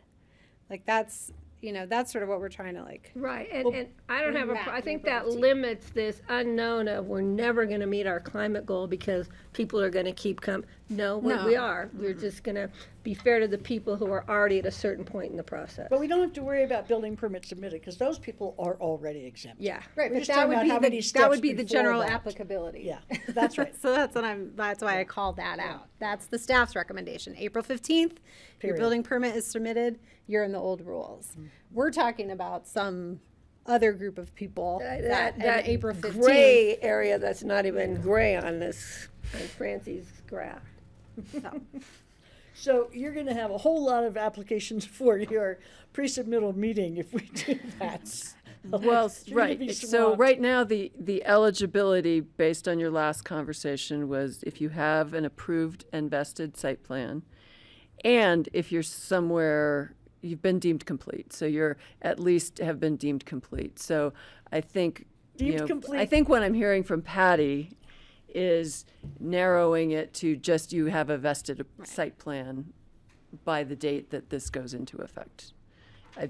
Is that what you're saying? That, Okay. that's close, yeah, and I think that. And that's movement and compromise on your part. So Yes, what, yes, it is. what happens between completeness review and approval? That's- When are you deemed complete in there? In the dark, you're talking the But, blue? Suzanne, at what point are you deemed complete? You use that expression, deemed complete. So deemed complete, you have submitted an application. We have looked at it just to make sure it has all of the things we've asked for. We have not begun our review of it. So that's the middle The of review happens at application review, where we go out to referrals, we bring in everything. okay. You may be revising, and then you get to an approval. I also want to add the and the or. The what? The and or, so that we're not stifling creativity and mixing it up with hardship. I think those are two separate Well, issues. what is the hardship? Well, that's what our legal counsel, That's sitting what I here said next last to time. me, Your roof I'll give him form more is, chocolate if not need big enough be. to put 50 megawatts of solar, or something. Like that's what Your I would house think is- of like hardship. You mean you have so know? many angles in your roof that you can't Whatever. meet the solar requirements? Whatever, Or your lot. You're on a narrow lot, You have a I weird don't lot configuration, or you're already, we're waiting for a development, a development Wait a approval. minute, what does that mean, you're in a narrow lot? It's so narrow that your swimming pool has to be, what? Oh, don't even go How does there. that I work? thought one of my neighborhood that was gonna be like barely lappable. It is laughable to think of hardship with this particular population. I said have a hard laughable, time not laughable. understanding what it means with this population. And does anybody have an example about what might qualify that makes sense to me? Well, there are people out there that do have hardships. Not everybody that lives in Pitkin County is a billionaire or millionaire. There are some people that might come in who have a justifiable hardship. Like what? If they want to build 200 million outside BTUs, Francie, what you hardship? never know what comes up. Maybe you have to leave the door open and maybe nothing comes in it, but at least the door is open. Okay, I think we've heard enough on that track. I just want to sort of settle this question, because I'm still This not point. totally clear. Vested on- rights. Right. So yes. So is there agreement on the board? I mean, I'm prepared to accept staff's recommendation and maybe exempt projects that we have development agreements with, and Or that's we're it. in the process of. I don't, because we negotiated that. We were a party at the table. I'm a little bit hesitant on that one, and I could be persuaded. So that's where I'm at. My compromise would be to consider including vesting in an appeal process. I don't know where you're at. That sounds like that's where where I'm you're at. at. I don't know if That's that's where where I'm at. you're at. Okay. I don't know where you're at. I don't know where Steve's at. It would be helpful to, should we settle that and hone in on that? Because that will require, pulling out some of what's written in front of us. Right. I don't have an immediate answer for you on that, and I'll go to Steve if he would want to. I was just thinking that, often hardship inspires innovation.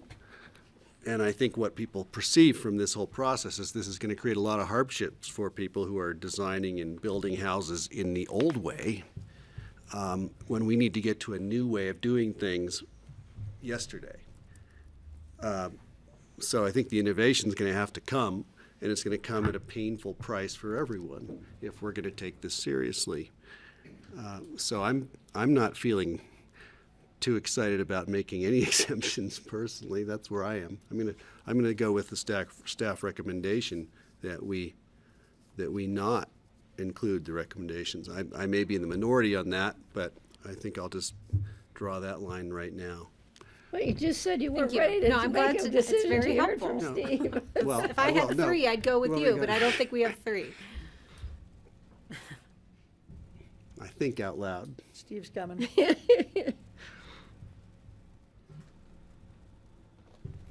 Yeah, Steve, go ahead. The question always has been where to draw the line. And it's really, when I look at this chart that's on the screen right now, I'm totally confused by that, where the different things are. If you look at specific projects like Justin Nybert's project on Willoughby Way, which we approved in July, which was one of the most innovative, I think, projects that we perhaps had ever seen.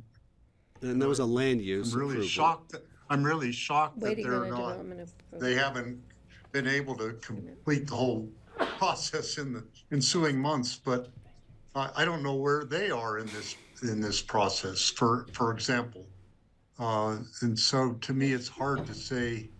I don't remember if they were vested, for instance. Yes. They did gain approval. Yeah. I don't know whether it was vested or not. So They're that's vested. the kind of gray Steve- area Steve, that I, They're vested, where Steve. do you draw the line? They're vested. They're vested. They're just waiting on a They're at the development end of approval the to be finalized. blue line. Okay, so they have received approval, and there are other projects that have received approval and are vested and have not, maybe they've submitted a building permit and just haven't gotten into that yet, or. So I guess I would be willing to draw the line at those who are in, have been approved and are vested, that they would be, they wouldn't even have to go through the appeal process, maybe. Maybe we don't need the appeal process in that case. That's interesting. So what do people think about that? Just saying, drawing the line now, and everything on to the right side of it is approved under the old guidelines, and everybody to the left of that has to meet the new guidelines. That's an interesting idea, because it takes out the whole hardship and innovation thing, takes out all of that. Where does But that then, leave then they us? all can build to. Well, how many all? billion. Let's ask Suzanne about that. And especially if we have a cutoff date. It's not in perpetuity. Right.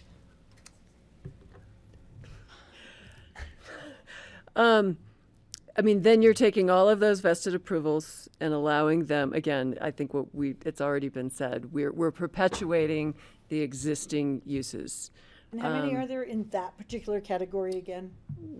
The 95 site plans, That's we the have not 95. narrowed that to Just which Right, of okay, I those. just didn't know whether it was- And just, okay. Justin offered to do a bunch of work for us, but again, people in site plan haven't necessarily calculated their BTUs. That happens at building permit. So I think it's difficult. You can show that somebody has a pool on their site plan, but you won't have the architectural detail to understand if they need 3,000 linear feet of heat tape or not. You're not going to be able to understand how much of that site plan, like what their BTU use is going to be. We're not going to be able to pull that number. That's They really could go to helpful. the drawing board and add 6,000 square feet of snow melt before Yeah, submitting. that's really helpful. Right, Thank you. right. Okay. We don't know that at site plan, Okay. if they're doing a snow melted So driveway or not. Leave it as is. Yeah, let's, So I think what you're saying, by as is, Patty, you're saying, okay, so if you've gotten your approval and you've got you're vested, then you can apply for an exemption. If you have your building permit submitted, you are exempted automatically. Those are the 2 points. Is that correct? Is that what you mean, Patty? I was going with vesting, but I thought already building permit you. Right. If you have your building permit submitted, Exempted. you are under the old rules. Yeah. Yeah, so they're Yeah, not. that's what I said. Yeah. Yeah. So it would just be right there where the. It'd be that little gray funny things. little thing that looks like it's electric cord plugged in at one end. Did you guys notice that? I did. I noticed. That does beg a question for me. Then it seems to make most logical sense that an appeal process has to come somewhere in the building permit process.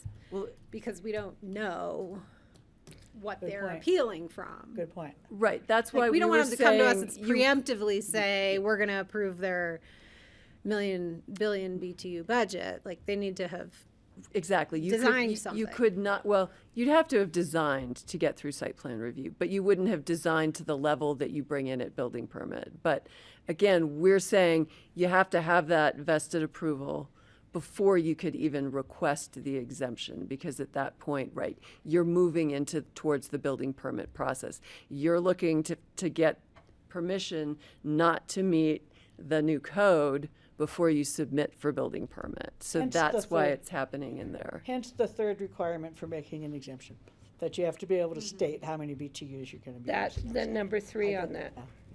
Yeah. With and or okay, I'm indefinitely gonna you go have to to show Steve. BTU. Go ahead, Steve. See, well, I just lost my thought. Come back to me in a minute, Greg. Okay, thanks. I understand. Okay, it seems to me that the fixes we're trying to apply to this make it less practical, and I don't think we're solving. We're trying to help a few people who have claimed a hardship. I'm not sure we're really solving a problem for them or for ourselves. We are making a lot of work for a lot of people. That is true. And I'm. If I remember. Oh, he's got it. He's remember my back. thought, Greg, whenever. Go ahead, Steve. So, a question for Suzanne. Is there, I don't want to have someone who already got approval investing who did not have a pool or a hot tub or whatnot. And now they see this as an opportunity to expand their outdoor heating thing because they're on the right side of the line. Is the approval, what has already been approved, does that define what these external uses are already? That they will have some heat tape, that they will have a pool of a certain size? Or is all that stuff still real fuzzy and not defined very well? Because I don't want people to think this is an opportunity that they could ask for, go for more than they would have, because they're going to be the last ones in the county to ever get these things, where we should be encouraging them to minimize, even though they're approved for it, encourage them to minimize their exterior energy use. So a question for you, Suzanne. So, Steve, yeah, a couple things. I mean, at site plan, again, right, we would know if they were proposing a pool. They have a roof design. We're not looking at heat tape at that point. They may have an understanding because of the way they design the roof where that may be required, but it's not anything we're looking at. Same with the driveway. Unless, say, we've talked to the fire department and, snow melting a driveway is discussed, we don't know. Somebody could get site plan approved with a driveway on it. They'll show up at building permit and that whole thing will show snow melt. We won't have necessarily had that discussion as part of the site plan review. To your point about can you amend, I was thinking about that earlier, and my example was we could have a site plan with a new house, the driveway. Maybe they had decided they wanted a pickleball court, so they've created that area of disturbance. They've shown that in their envelope. They've shown it on their site plan. They could come back for a minor amendment and say, you know what, instead of a pickleball court, I'd really rather have a pool there. you know, and we, you know, potentially, we've already looked at disturbance. We go, is a pool okay in that location versus a pickleball court? Sure. We're not looking at the energy use or the water, you know, all of those things. It's more the location on the site plan and accommodating it within the envelope that's been approved. That could be a minor amendment. You're still vested, you've just amended your site plan, and now your vested site plan, you're walking in the door. So I guess, right, you'd have to talk about, can you amend it after this date? You know, if you, yeah, I mean, again, it adds more complication to think about, right? Would people come in to do that, to add things that they hadn't planned originally because they're vested and are trying to use that to avoid, you know, compliance with the new code? Well, if that were the case, we'd probably not be likely to provide the exemption. Yeah. You know, Your we could hardship look at was that. because you And forgot could to say, do it well, this early? wasn't on a month ago, but it's on now. Yeah. And we would say, too bad for you. I wanted to just say that, you know, once again, hardship's definitely what breeds innovation, and I can imagine a lot of interesting innovation happening as a result of this. And I would welcome it, and I think it's going to happen anyway.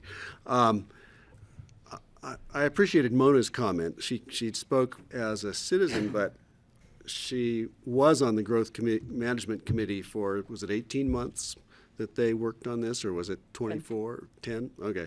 On the airport. And she's on the airport committee. 5 like, years. Come on, Mona. They worked on this for months, and they deliberated this. So we're doing brain damage. We're probably redoing some of the brain damage that they've gone through, and they reached a really tough, difficult compromise with these recommendations at the heart. And I know, and I promised them when John and I went before them to convince them that we were serious about listening to what they had to say a month or so ago, that I think they're watching us to find out if we're serious about what we chartered them to do for us and to dedicate all the time they spent working on this. So I'm looking at a community who is already behind this and is demanding that we do it and pointing to what we have as an emergency. And they're saying, we have to do this, we have to do it now. Of course, we know it's difficult, we know it's painful, so let's get it done. That's what I hear a large contingent of people saying, and Mona reminds us when she was here saying that. When Justin was talking about Willoughby Way, I remember that approval, that land use approval was thorough and it was fascinating. They made a lot of accommodations for their land use approval that involved development rights and moving water around and taking care of their neighbors. I'm having trouble remembering all they did with an eye toward climate change and a climate emergency. What we're trying to address here is a climate emergency. We're not talking about what great things people have done to make the view plain for the neighbors or the fire access or the road or the water or all the other accommodations they made in order to get to their approval. I don't recall anything, and I could be wrong, about trying to meet a climate emergency. So, you know, yeah, it's been really hard getting where you got to do the huge project you want to build, but what the community is saying is that's not far enough. And unfortunately, you're caught halfway out the door, but it's time to call you back and say, we need to revise our energy codes because homes like the one you're talking about building simply are not acceptable any longer. So the more we talk about this, I think the more convinced I am that we need to pass this. Thanks. Okay, so that's enough speechifying for me. Yeah, because I could go on about all the things I remember about that application, like Well, they're yeah, I'm moving sure a you have a development great right, memory. that they're doing a green roof, that they're doing this, they're doing a houses fire instead of safety, three. they're Two doing instead a, of three, like, you know what, and that was to get them to a point where they got Yeah, the site so- plan approval that they got. yeah, so I think there's a lot that's addressing No, climate. I really respect what you said, Greg, and I think it's true, but I also I feel like we could say no to, if let's say out of those 95, 30 people brought us requests to be exempted, we could say no to 29 of them and yes to Willoughby Way. You know, I mean, it's not saying you can have more than 200 BTU. It's saying you can ask us for an exemption because we've been working on this for a long time and blah, blah, blah, blah, blah, blah, whatever the reason is. And besides, look at this really cool water treatment plant that nobody's ever done before that saves water, something, whatever the hell, you know what I mean? So it's not saying, yes, you can use more energy. It's saying you can ask us. So Thank you. that's why I Okay. would support it. With Steve that- has his hand up next. Thank you for that. So this will be my last thought, and that is I still think that we need the appeal process with the 3 guidelines that we put in there. And I would make that for everyone who has already been approved and vested. So those to the right of that line in the light blue area on the chart can appeal. I think part of the process would still be that they still get 200 million BTUs external use, and maybe their project can be slightly modified and they could actually meet that guideline, or, you know, that's not outside the realm of possibility. But I think that could be a good compromise for us to try to keep the appeal process, but for that group, the approval invested group only. Thank you, Steve. Does And not anyone the agree? ones to the left. Does anyone agree with Steve? Do we have That's a majority? exactly in where agreement? I am. So that's where Francie is as well. Patty, me is that where too. you are? Okay. Kelly, Well, I'd rather just accept it as a general rule of applicability, but I'm not going to vote no on the entire program because of that. got it. That Okay. means you would be an aye, but with reservation. Well, we'll Something see how it comes back. Okay. I am comfortable moving this forward. We don't get a vote on amendments. There's not a resolution on the amendment. And so moving it forward would mean moving forward to continue this. So I'm looking for a motion to continue this. I think we know where everyone stands. Is there anything else that has to be said before I ask for that? I have a couple of questions. Justin brought up, expediting these reviews. No. And again, the way this is written is that they would be accepted like other applications. Obviously, any expediting of this class of applications then puts a burden on all the other applications that are in the process. So again, I think just it's written right now under the procedure that they would be scheduled in the normal course of events. So they would be brought forward to you in the order in which they're received, like other applications, and scheduled before the BoCC. So that's the way it's written now. So just wanted to I'm okay with Becomes that. a fairness issue. clarify that. I'm not going to thank you. backlog everybody else. Right. Okay. Thanks for that. Anything? Another? And I guess just maybe if you have any parting thoughts for us on the language of hardship and innovation. I mean, again, there've been a number of things kind of thrown out, but I think getting some clear direction on what, again, attaching more to these criteria. I'll have to think about that and get back to you when I'm Hardship more is the mother innovative of and don't have innovation. hardship. I think the innovation could be limited to sustainability, like not really cool design, but really cool design that uses less energy and, Like some kind of innovation resulting conservation in an and- offset or something. that kind of thing. And I mean, to me, innovation like landing TDRs or buying TDRs or something like that is like, they're so unrelated that I don't personally think that.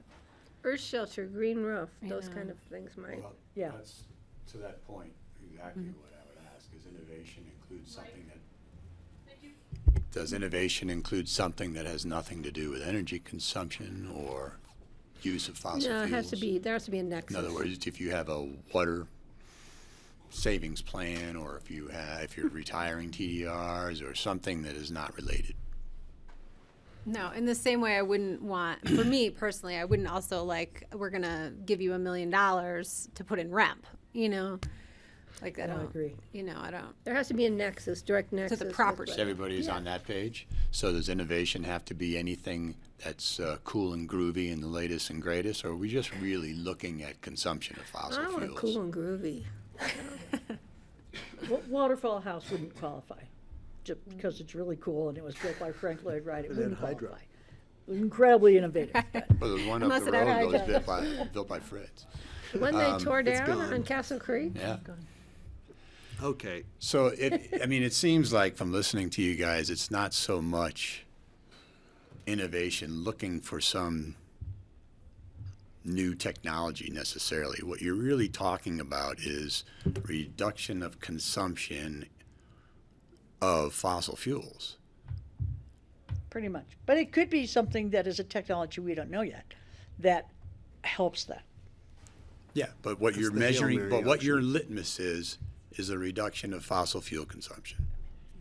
Yeah, innovative reduction of fossil fuel consumption. So then it just becomes how much are you reducing, and that's your criteria for an exemption or to grant an appeal.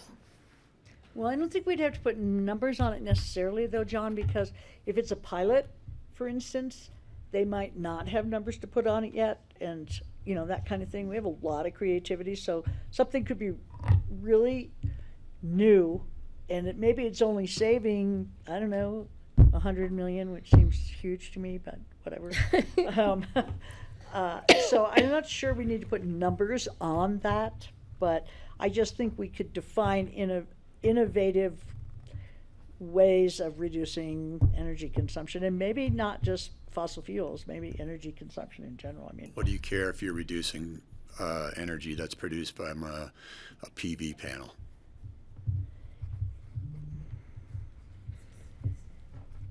in a way I do, but, you know, Auden spoke I to don't know. that I mean, a I'm little bit. asking that. I know, and- Do we care about that? I know that's what you're asking, and that's what Auden spoke to a little bit. Yes. I don't know. We do. I do. From what? I mean, is that related to it's not related to any Climate kind change. of production of greenhouse gases or, No, but I do think reduction of consumption is its own goal in our climate. right? And we do efforts. create greenhouse gases when we build solar panels. And so when, you know, you can And go to PV. replace those and you replace them with fewer because they're better. Fewer is better. I'm a fan of Thoreau too. But on the other hand, what you're really doing is looking at impacts. And if the impact is not present from the use of non-fossil fuel generated power, Are you suggesting that somebody's going to come to us asking for an exemption and we have to come up with an answer to that question? yeah. You're gonna be confronted with a way to apply a criteria to different applications or requests, and without some kind of guideline, you may run the risk of being all over the map. Well, It's we might be difficult. all over the map anyway, though, because we don't really know where innovation is going in the next few years. So, you know, It's not gonna be to few try to years. put too many parameters on it is probably not that realistic right now, because we're not up on every single thing that's changing all the time in terms of how to save energy. So I think there's only so many walls we can build around this that have relevance in 2 years.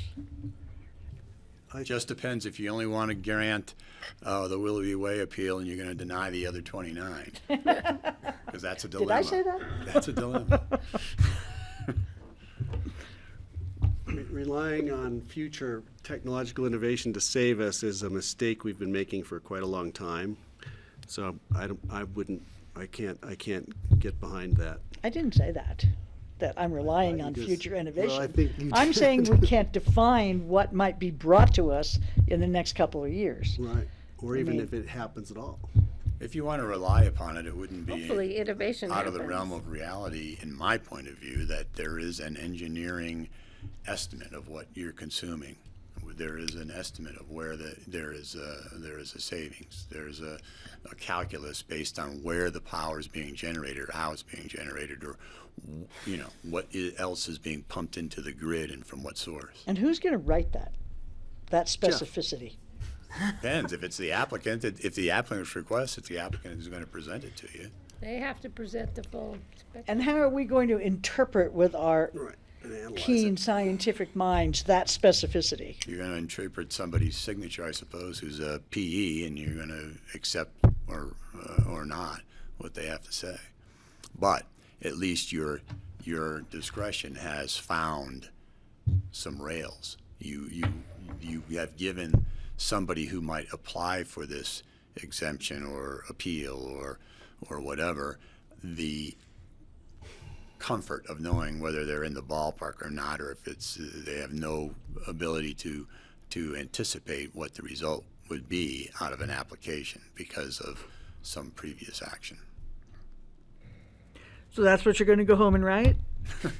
Like, where are we going to get that? No, I'm going to write that it goes into effect right now. Oh, yeah. No exceptions. I'm looking at Steve, who has his hand up.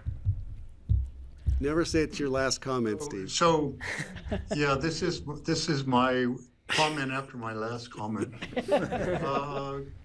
John, the way you envision it, I mean, you guys don't like the idea of TDR transfer, but can the mitigation or the innovative energy thing be off-site mitigation?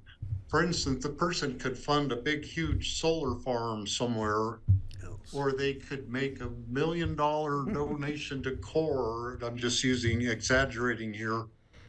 Or they could, put a whole bunch of money into retrofitting some low-cost housing to make it highly energy efficient and save a certain defined amount of BTUs anticipated. But it's not on the people's property, it's on off-site. So to me, that would be totally innovative, and it would be a allowable project for them to propose and for us to accept as being innovative. Does that meet the guidelines that you're seeing as acceptable? Well, that's a great question, Steve, and maybe that's the question to ask now that we've wrestled Kelly's, blue line question to death. So, I mean, what is acceptable generally from the opinion of the board? Where does your sensitivity lie? Are off-site mitigation plans acceptable? Are they something that can be considered? If somebody, I don't know about the dedication of funds or something or whatever, that seems to be a little perhaps too buy my way out of it. yeah, well, or just it's not concrete enough. But if somebody buys a bunch of desert in Nevada and throws up 100 acres worth of panels, is that a mitigation that we would recognize? If somebody is capturing methane someplace, is that a mitigation that we'd recognize? And we have to remember that what they're asking for is luxury and over-the-top consumption. They're not asking for an extra bedroom for their grandchild. We have to keep that in mind. These are luxurious additions to a development. So that's what pays to rent, right? I think it would be hard for people to convince us to allow an exemption. I think that's our inclination, is to not allow exemptions. But I think there might be a few. So I think trying to be so specific, I think, is going to restrict us more than we need to be restricted. I really think we're going to judge this on how, I'm trying not to use a pejorative word here, how overly consumptive and luxurious of they're asking for. I mean, that's going to drive, I think, most of our decisions. Is really, you want to put that in because you've done this? Well, why don't you do this and not put that in? I think is what we're going to end up saying a lot. So we don't know what's going to be coming our way. no, we don't. But I think we need to allow the opportunity for things to come our way, so we don't miss something that may be a great idea that we don't know about right now. Yeah. I'd hate to stifle that creativity and that innovation. But I also think this board will be rational enough to say what Francie just said. You want an Olympic-sized pool and an ice skating rink on your roof, for what? This board is not, I will not, and I can't speak for the rest of you, but I think I can. I think we're wiser than that, and I think we do need to have some kind of guardrails so we don't get too far all over the place, to keep us honed in. And who knows? And that's why after a year or so we can go, hey, this is not working, or this worked great, or this is what we should change. We don't know, but after, hopefully, we'll have them all done in a year. Yeah, in Right. terms of specificity, John, I would rather have a time limit on when they can apply. What I want to avoid, Suzanne, is somebody who has what you say, is not a highly specific land use plan. It's more it's like a thing of ideation. But so I don't want to give them so much time that they're adding in a whole lot of designs to get around us, and then they're going to come with an exemption. So I would like to see, this exemption has to be filed within 1 year after we pass this, or something like that, so that we're talking about a reasonable amount of time, first of all, for us to look at these exemptions, and secondly, so that we're not promoting this continual stretched out thing of the vested 3 rights that I know happens sometimes. Because it could be 3 years for the vested rights, because they get 3 years of vesting. Some have exceptions to that with development agreements, But it et cetera. doesn't mean they get 3 years of exceeding So the we have some building that have code. like 10 years. Yeah, but, There are some with perpetual vesting that are still out there.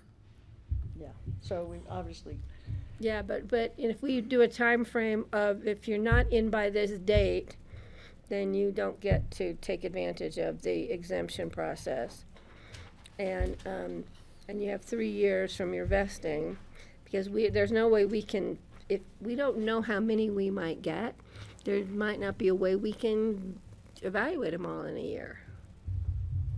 no, we don't have to evaluate them in a year. They but just have to be in submitted? within a year. I mean. it's So just- you're talking, so your idea is to sunset the ability to. I guess so, yeah. So you can't keep padding the deck. But Steve's question was, is Yeah, I off-site know. mitigation acceptable in the overall? Well, that's picture? why I think it would be a 1-by-1 determination. I mean, if somebody comes to us and they want to build a whole outside area and they're going to use it to house refugees, but they need outside energy there, well, we're never going to be able to anticipate something like that. So, but if it came to us, we Need might those say, guardrails. awesome, like, So can we agree we're going to continue this? yeah, but John wanted us to come up with something more Have any specific ideas? before. Well, I we- was content to leave the room, but you guys keep needling it to say I'm with you, I mean, I guess I would just say, if you're gonna sunset it, why don't you just join Greg and I and send it to general applicability and just get everybody in there. Why? Or- Why? I don't see that's the same at all. I know you don't. I She's can just see trying to how- get you on her side. You are trying to figure out how to further reduce the caseload Well, that I'm- can come through And not permit a whole lot of people to start creating things know. to beat I'm the just trying to system. figure out what to have. They're not going to. They're not going to get to vested rights by April 15th. It's never going to happen. So we know our universe. If you want to make that universe smaller,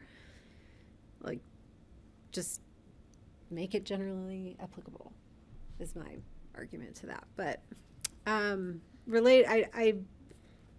not won over to have proposals come to us that have no nexus to the project.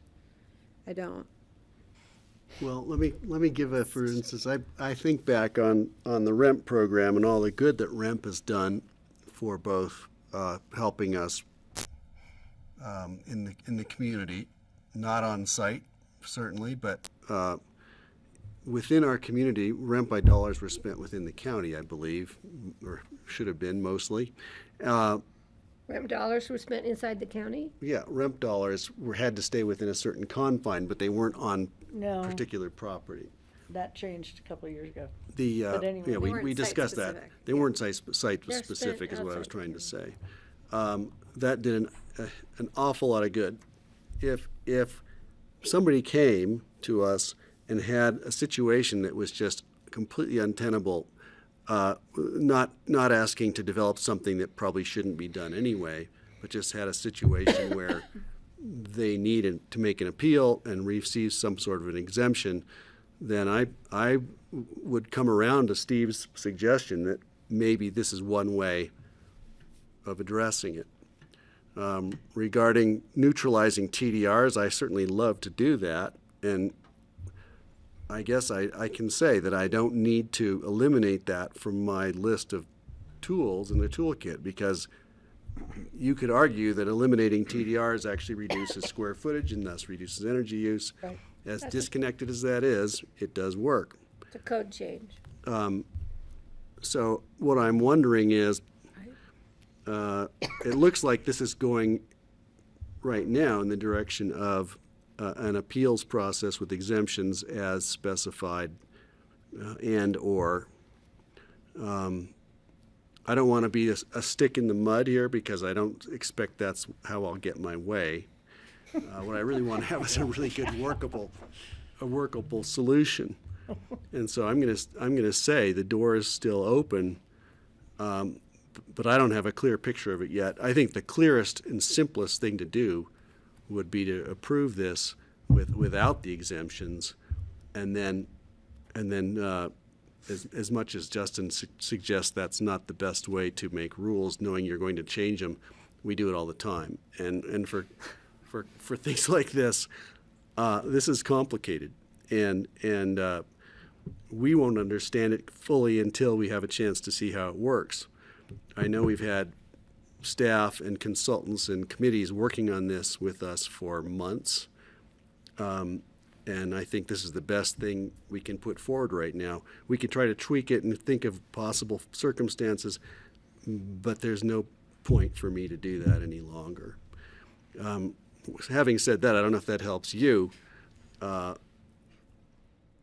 would entertain a motion to continue this, and then hopefully we can all get better clarity on it before March 13th. Can I just summarize? all of Please it do. So I understand. Okay. Because I think what I heard is there's 3 board members who would support broad ideas for innovation. I think Patty and I were saying we'd like it more tied to like actually energy, reduction of energy and reduction of climate Or nexus production. to the property and the- nexus to production. But I think it sounds like Francie, Greg, and Steve are happy to hear more inventive ideas. Well, actually, I guess I need to clarify what I was going to say. I think I like the tools created by REMP, and I like the tool of, I'm calling it a TDR, maybe that's the wrong word. If we can demonstrate that we're reducing overall energy consumption and we're benefiting reducing energy consumption somewhere else within our area of influence, I would consider those. You're saying by potentially getting rid of a development, right? I think he's saying by not limiting the exemptions to specifically on-site lack of reducing energy consumption, but there might be more creative ways to reduce energy consumption. If we're talking about trying to be innovative and create a better way to move forward with this and still try to work toward our goals, maybe that's the way to do it. Yeah. We could always say on-site has higher value. But this is designing an entirely new overlay on what we were talking about, and that's. Well, if we made a motion now, John, would you have enough to run with Suzanne to come back to us in a month with a way to work this? Well, the month was designed for me to get the ordinance in a spot that is reflective of the law, right? Yeah. To the extent that you guys want to keep talking about these things, invites another reading or another reading or another reading, you bring it to closure is what adopts the regulation. So if you want to have an appeal or not, if the rule is a hard rule or if it's flexible, if the way to make it flexible is to demonstrate community benefits that can occur offsite that are perhaps evaluated in a different way than an on-site reduction of consumption or production of additional energy from a renewable method on site. So this is how you have to refine the dialogue eventually for yourselves. At the end of the day, it kind of comes back to what you feel most comfortable with this. I mean, you're obviously sensitive to private property rights, and that's good. And like I said before, the imperative of what is really the genesis of all of this energy code, the state's analysis of energy consumption and its translation into local zoning regulations and building regulations, all that stuff is about as pressing as it could get, right? Well, I'll try saying what I think where people are at, if that's okay, if I could just try that. I think that we could all together decide to bring it back at another time where it's rewritten, where it has the appeal. The only way you can qualify to make an appeal is if you're already approved and vested from the land use process. And you can show a innovative approach to reducing fossil fuel consumptions. Doesn't have to say on site. And that it produces a hardship for you in some way. And to me, I think that would be enough guidelines for us to handle the appeal. Is to it handle an appeals. or hardship innovation? Do you have to show hardship and that No, you can no, be I guess innovative, and the third one, you have to be able to delineate. That's definitely, you have Yeah, to show your definitely the third BTUs. one. I think that we're all somewhere around there. Yeah, I can move forward with that. Is that about where we are? Steve, polling you, Steve, are you on following and appreciating this? Yeah, what Francie just said, I mean, that's where I am. That spoke my mind. I think we could have this on February 28th, personally. No, we can't because To me, it Francie and doesn't I won't sound be like it's here. that hard. Patty and I won't be here. Francie and I won't be here, and John Ely. Oh, you won't be here. And neither will John. Perfect. Okay, yeah, that's why, okay. I forgot that you weren't gonna be here. Don't get us excited. So, Kelly and Greg are sitting over there really quiet. That's a great day, thinking on Steve. March 13th and get it, started. Have the date, and get this new energy code into place. Thank you. Let's do it on the Okay, 29th I to think, pretend it never happened because it's leap year. I think you kind of see where the majority of the board is going.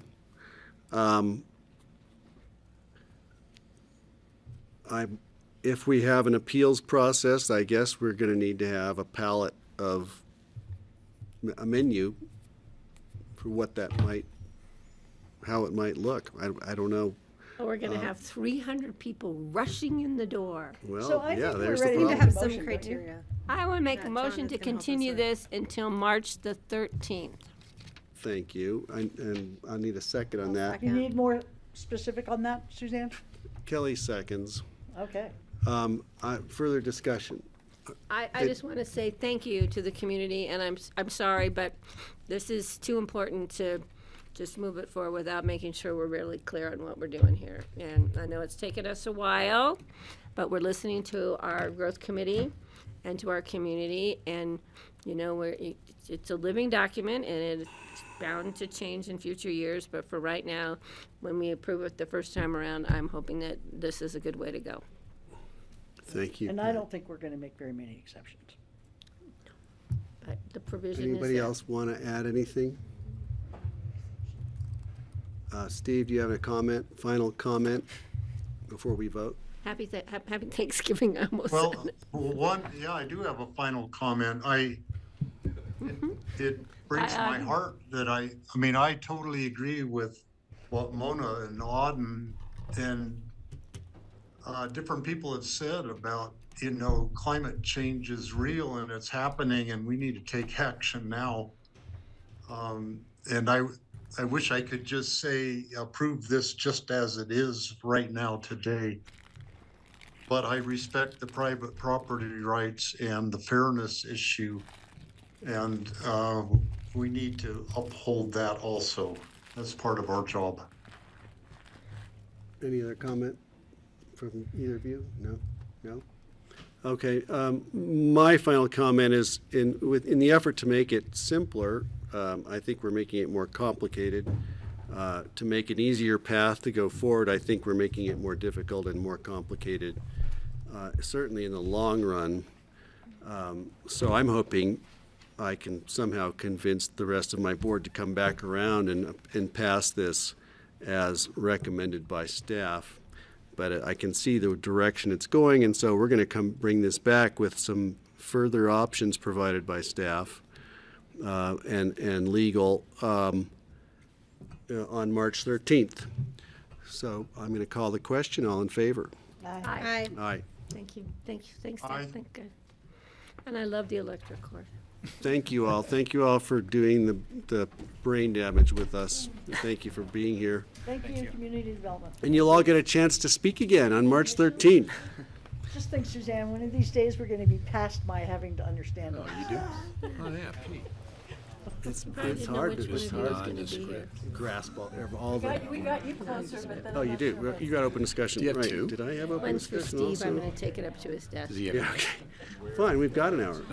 I don't steal I it. told everybody we'd be out of here by 5. We're gonna take, Andorra, we're gonna take a 10-minute, Really love to go to here. oh, you wanna go Is it a sooner? long? What are we Okay, we're gonna take a 5-minute break and then, or do you wanna just get out of here? You're saying, Any open discussion? there is a little bit. Oh, actually, we don't need a break. Sorry, Andorra. So, we have some open discussion, but it'll be short. Cindy Hoop and group. we're Gotta not clear done the with room, our guys. meeting. Thank- No, No, I'm we're sorry. going. I'm sorry. I can't. I just got talked out of it. I didn't know you were here. But we're not going to be here much longer. We're almost done. Really respect. Guys? Okay, guys, out of here. Thanks for coming. We Now have go any away. John, do we have any open discussion? John does, yes. Open discussion? Okay, open discussion. John? Yeah, so we have an energy impact grant that was for the purpose of finalizing a relocation plan for the Phillips Mobile Home Park that's been awaiting us getting to design and such. It expires on March 31st, and we'd just like the approval to have the chair sign a letter requesting a one-year extension on that. Extension. Yeah. Okay. Yes. Fine. Thumbs up is all you need? That's all I had. Okay, Well, that great. was tough. I Thank don't know. you. Oh, you have?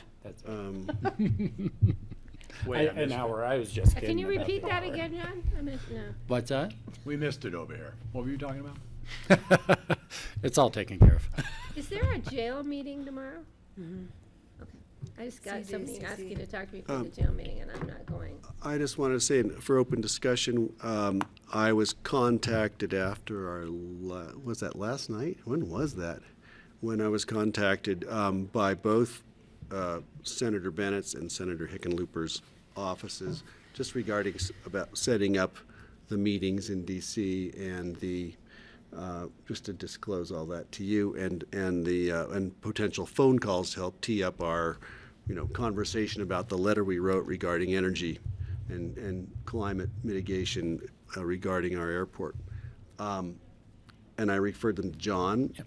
And I don't know if you've spoken to anybody or if you want to give us any info, but I just wanted to make sure the board understood that you were in the loop on it and that the conversation is ongoing and they're trying to tee up for the Washington trip. And that's all getting aligned. Our lobbyist had been working with scheduling staff in the DC offices who hadn't necessarily communicated yet with the policy staffs out in the field offices. So there's just a little bit of a disconnect. So I think part of the concern was, gosh, the policy folks who are calling about our letter didn't seem aware we're going to DC. That's getting, I was doing some of that emailing this afternoon. So that is aligned. And it does look like we are going to, in addition to meeting with the legislators, we'll have an opportunity to meet with FAA, as well as EPA staff, and we're still waiting to hear on Department of Transportation. So Great. I had a call from our ADO manager while I was out there, and it sounds like we're going to have a pretty good audience for the FAA conversation. Great. Awesome. Yeah. I'm wondering if Ashley can help us get to her friend, who somehow Pete Buttigieg came to RAFTA last year about this time, and I think CDOT set that up. Oh, And she's Ashley friends has a with Shoshana contact, Liu. right? And so I just wonder if Ashley may have a Who set it up? Ashley Pearl. And I can see. I don't know that we're having trouble getting the access. It's just we don't have that confirmation yet. Right. So, Okay. and then I'll be reaching out. Sarah from Senator Hickenlooper's office had reached out to Greg, so I'll be chatting with her too, just to see if they want any information prior to our DC visit. Did you say we're going to Bennett's and taking Looper's offices as well? I didn't hear you say. Great. I can't remember what else I was going to mention, so it was one of those things at 3 a.m. I thought would have been a good idea, but usually when you wake up, it's it wasn't such a good idea. Yeah, thanks for not calling. Right? Yeah, I could have sent you a lengthy email. Okay, with that, I'm going to call for a motion. Greg? Oh, I have Steve. my hand up. Well, thank you. I have one other item. This is, to me, really interesting. What reminded me of it was when I looked at the name Nicholson Creek Road on our road and bridge application thing today. Well, this has bothered me for about 60 years. Nicholson Creek is misspelled. It always has been misspelled. I am starting to fill out an application to the U.S. Board of Geographic Names to change the spelling of Nicholson Creek, which would then change the spelling of Nicholson Creek Road also to be the name of Hod Nicholson. Now, Hod Nicholson, I just looked him up. His given name is Joseph Horace Nicholson.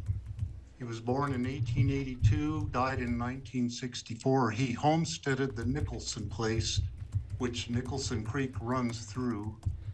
You spell his name Nichholson, which is different than Nicholson Creek has been spelled since it was given that name decades ago. And I want to make that right, to have it spelled correctly and honor Hod Nicholson, who was Pickens County Sheriff for a couple of decades back in, I think, the 20s and 30s. There's a huge history behind it. He was married to Polina Gates, who grew up on the land that now belongs to St. Benedict's Monastery on the Gates place up the road from my house. And I think it's not right that we don't try to change the name. So I'm going to fill out an application, but at some point I'm going to bring a letter or a request to our board to write a letter of support to support this effort to change the name. And I'll have a lot more about the history then. But partly what made me want to do this now was I have met Hod Nicholson's niece, lives down in Carbondale, and I have met her. She showed me photographs of Hod over the years, and it just is something that I want to do in my last year as a commissioner, is try to change that name. And you're just so that just you're only talking that's about just an update. Yeah, you're changing the spelling. Changing the spelling, not Just the changing- spelling, not the name completely. Just the spelling. It's Nicholson, but they're spelling it Nickelson.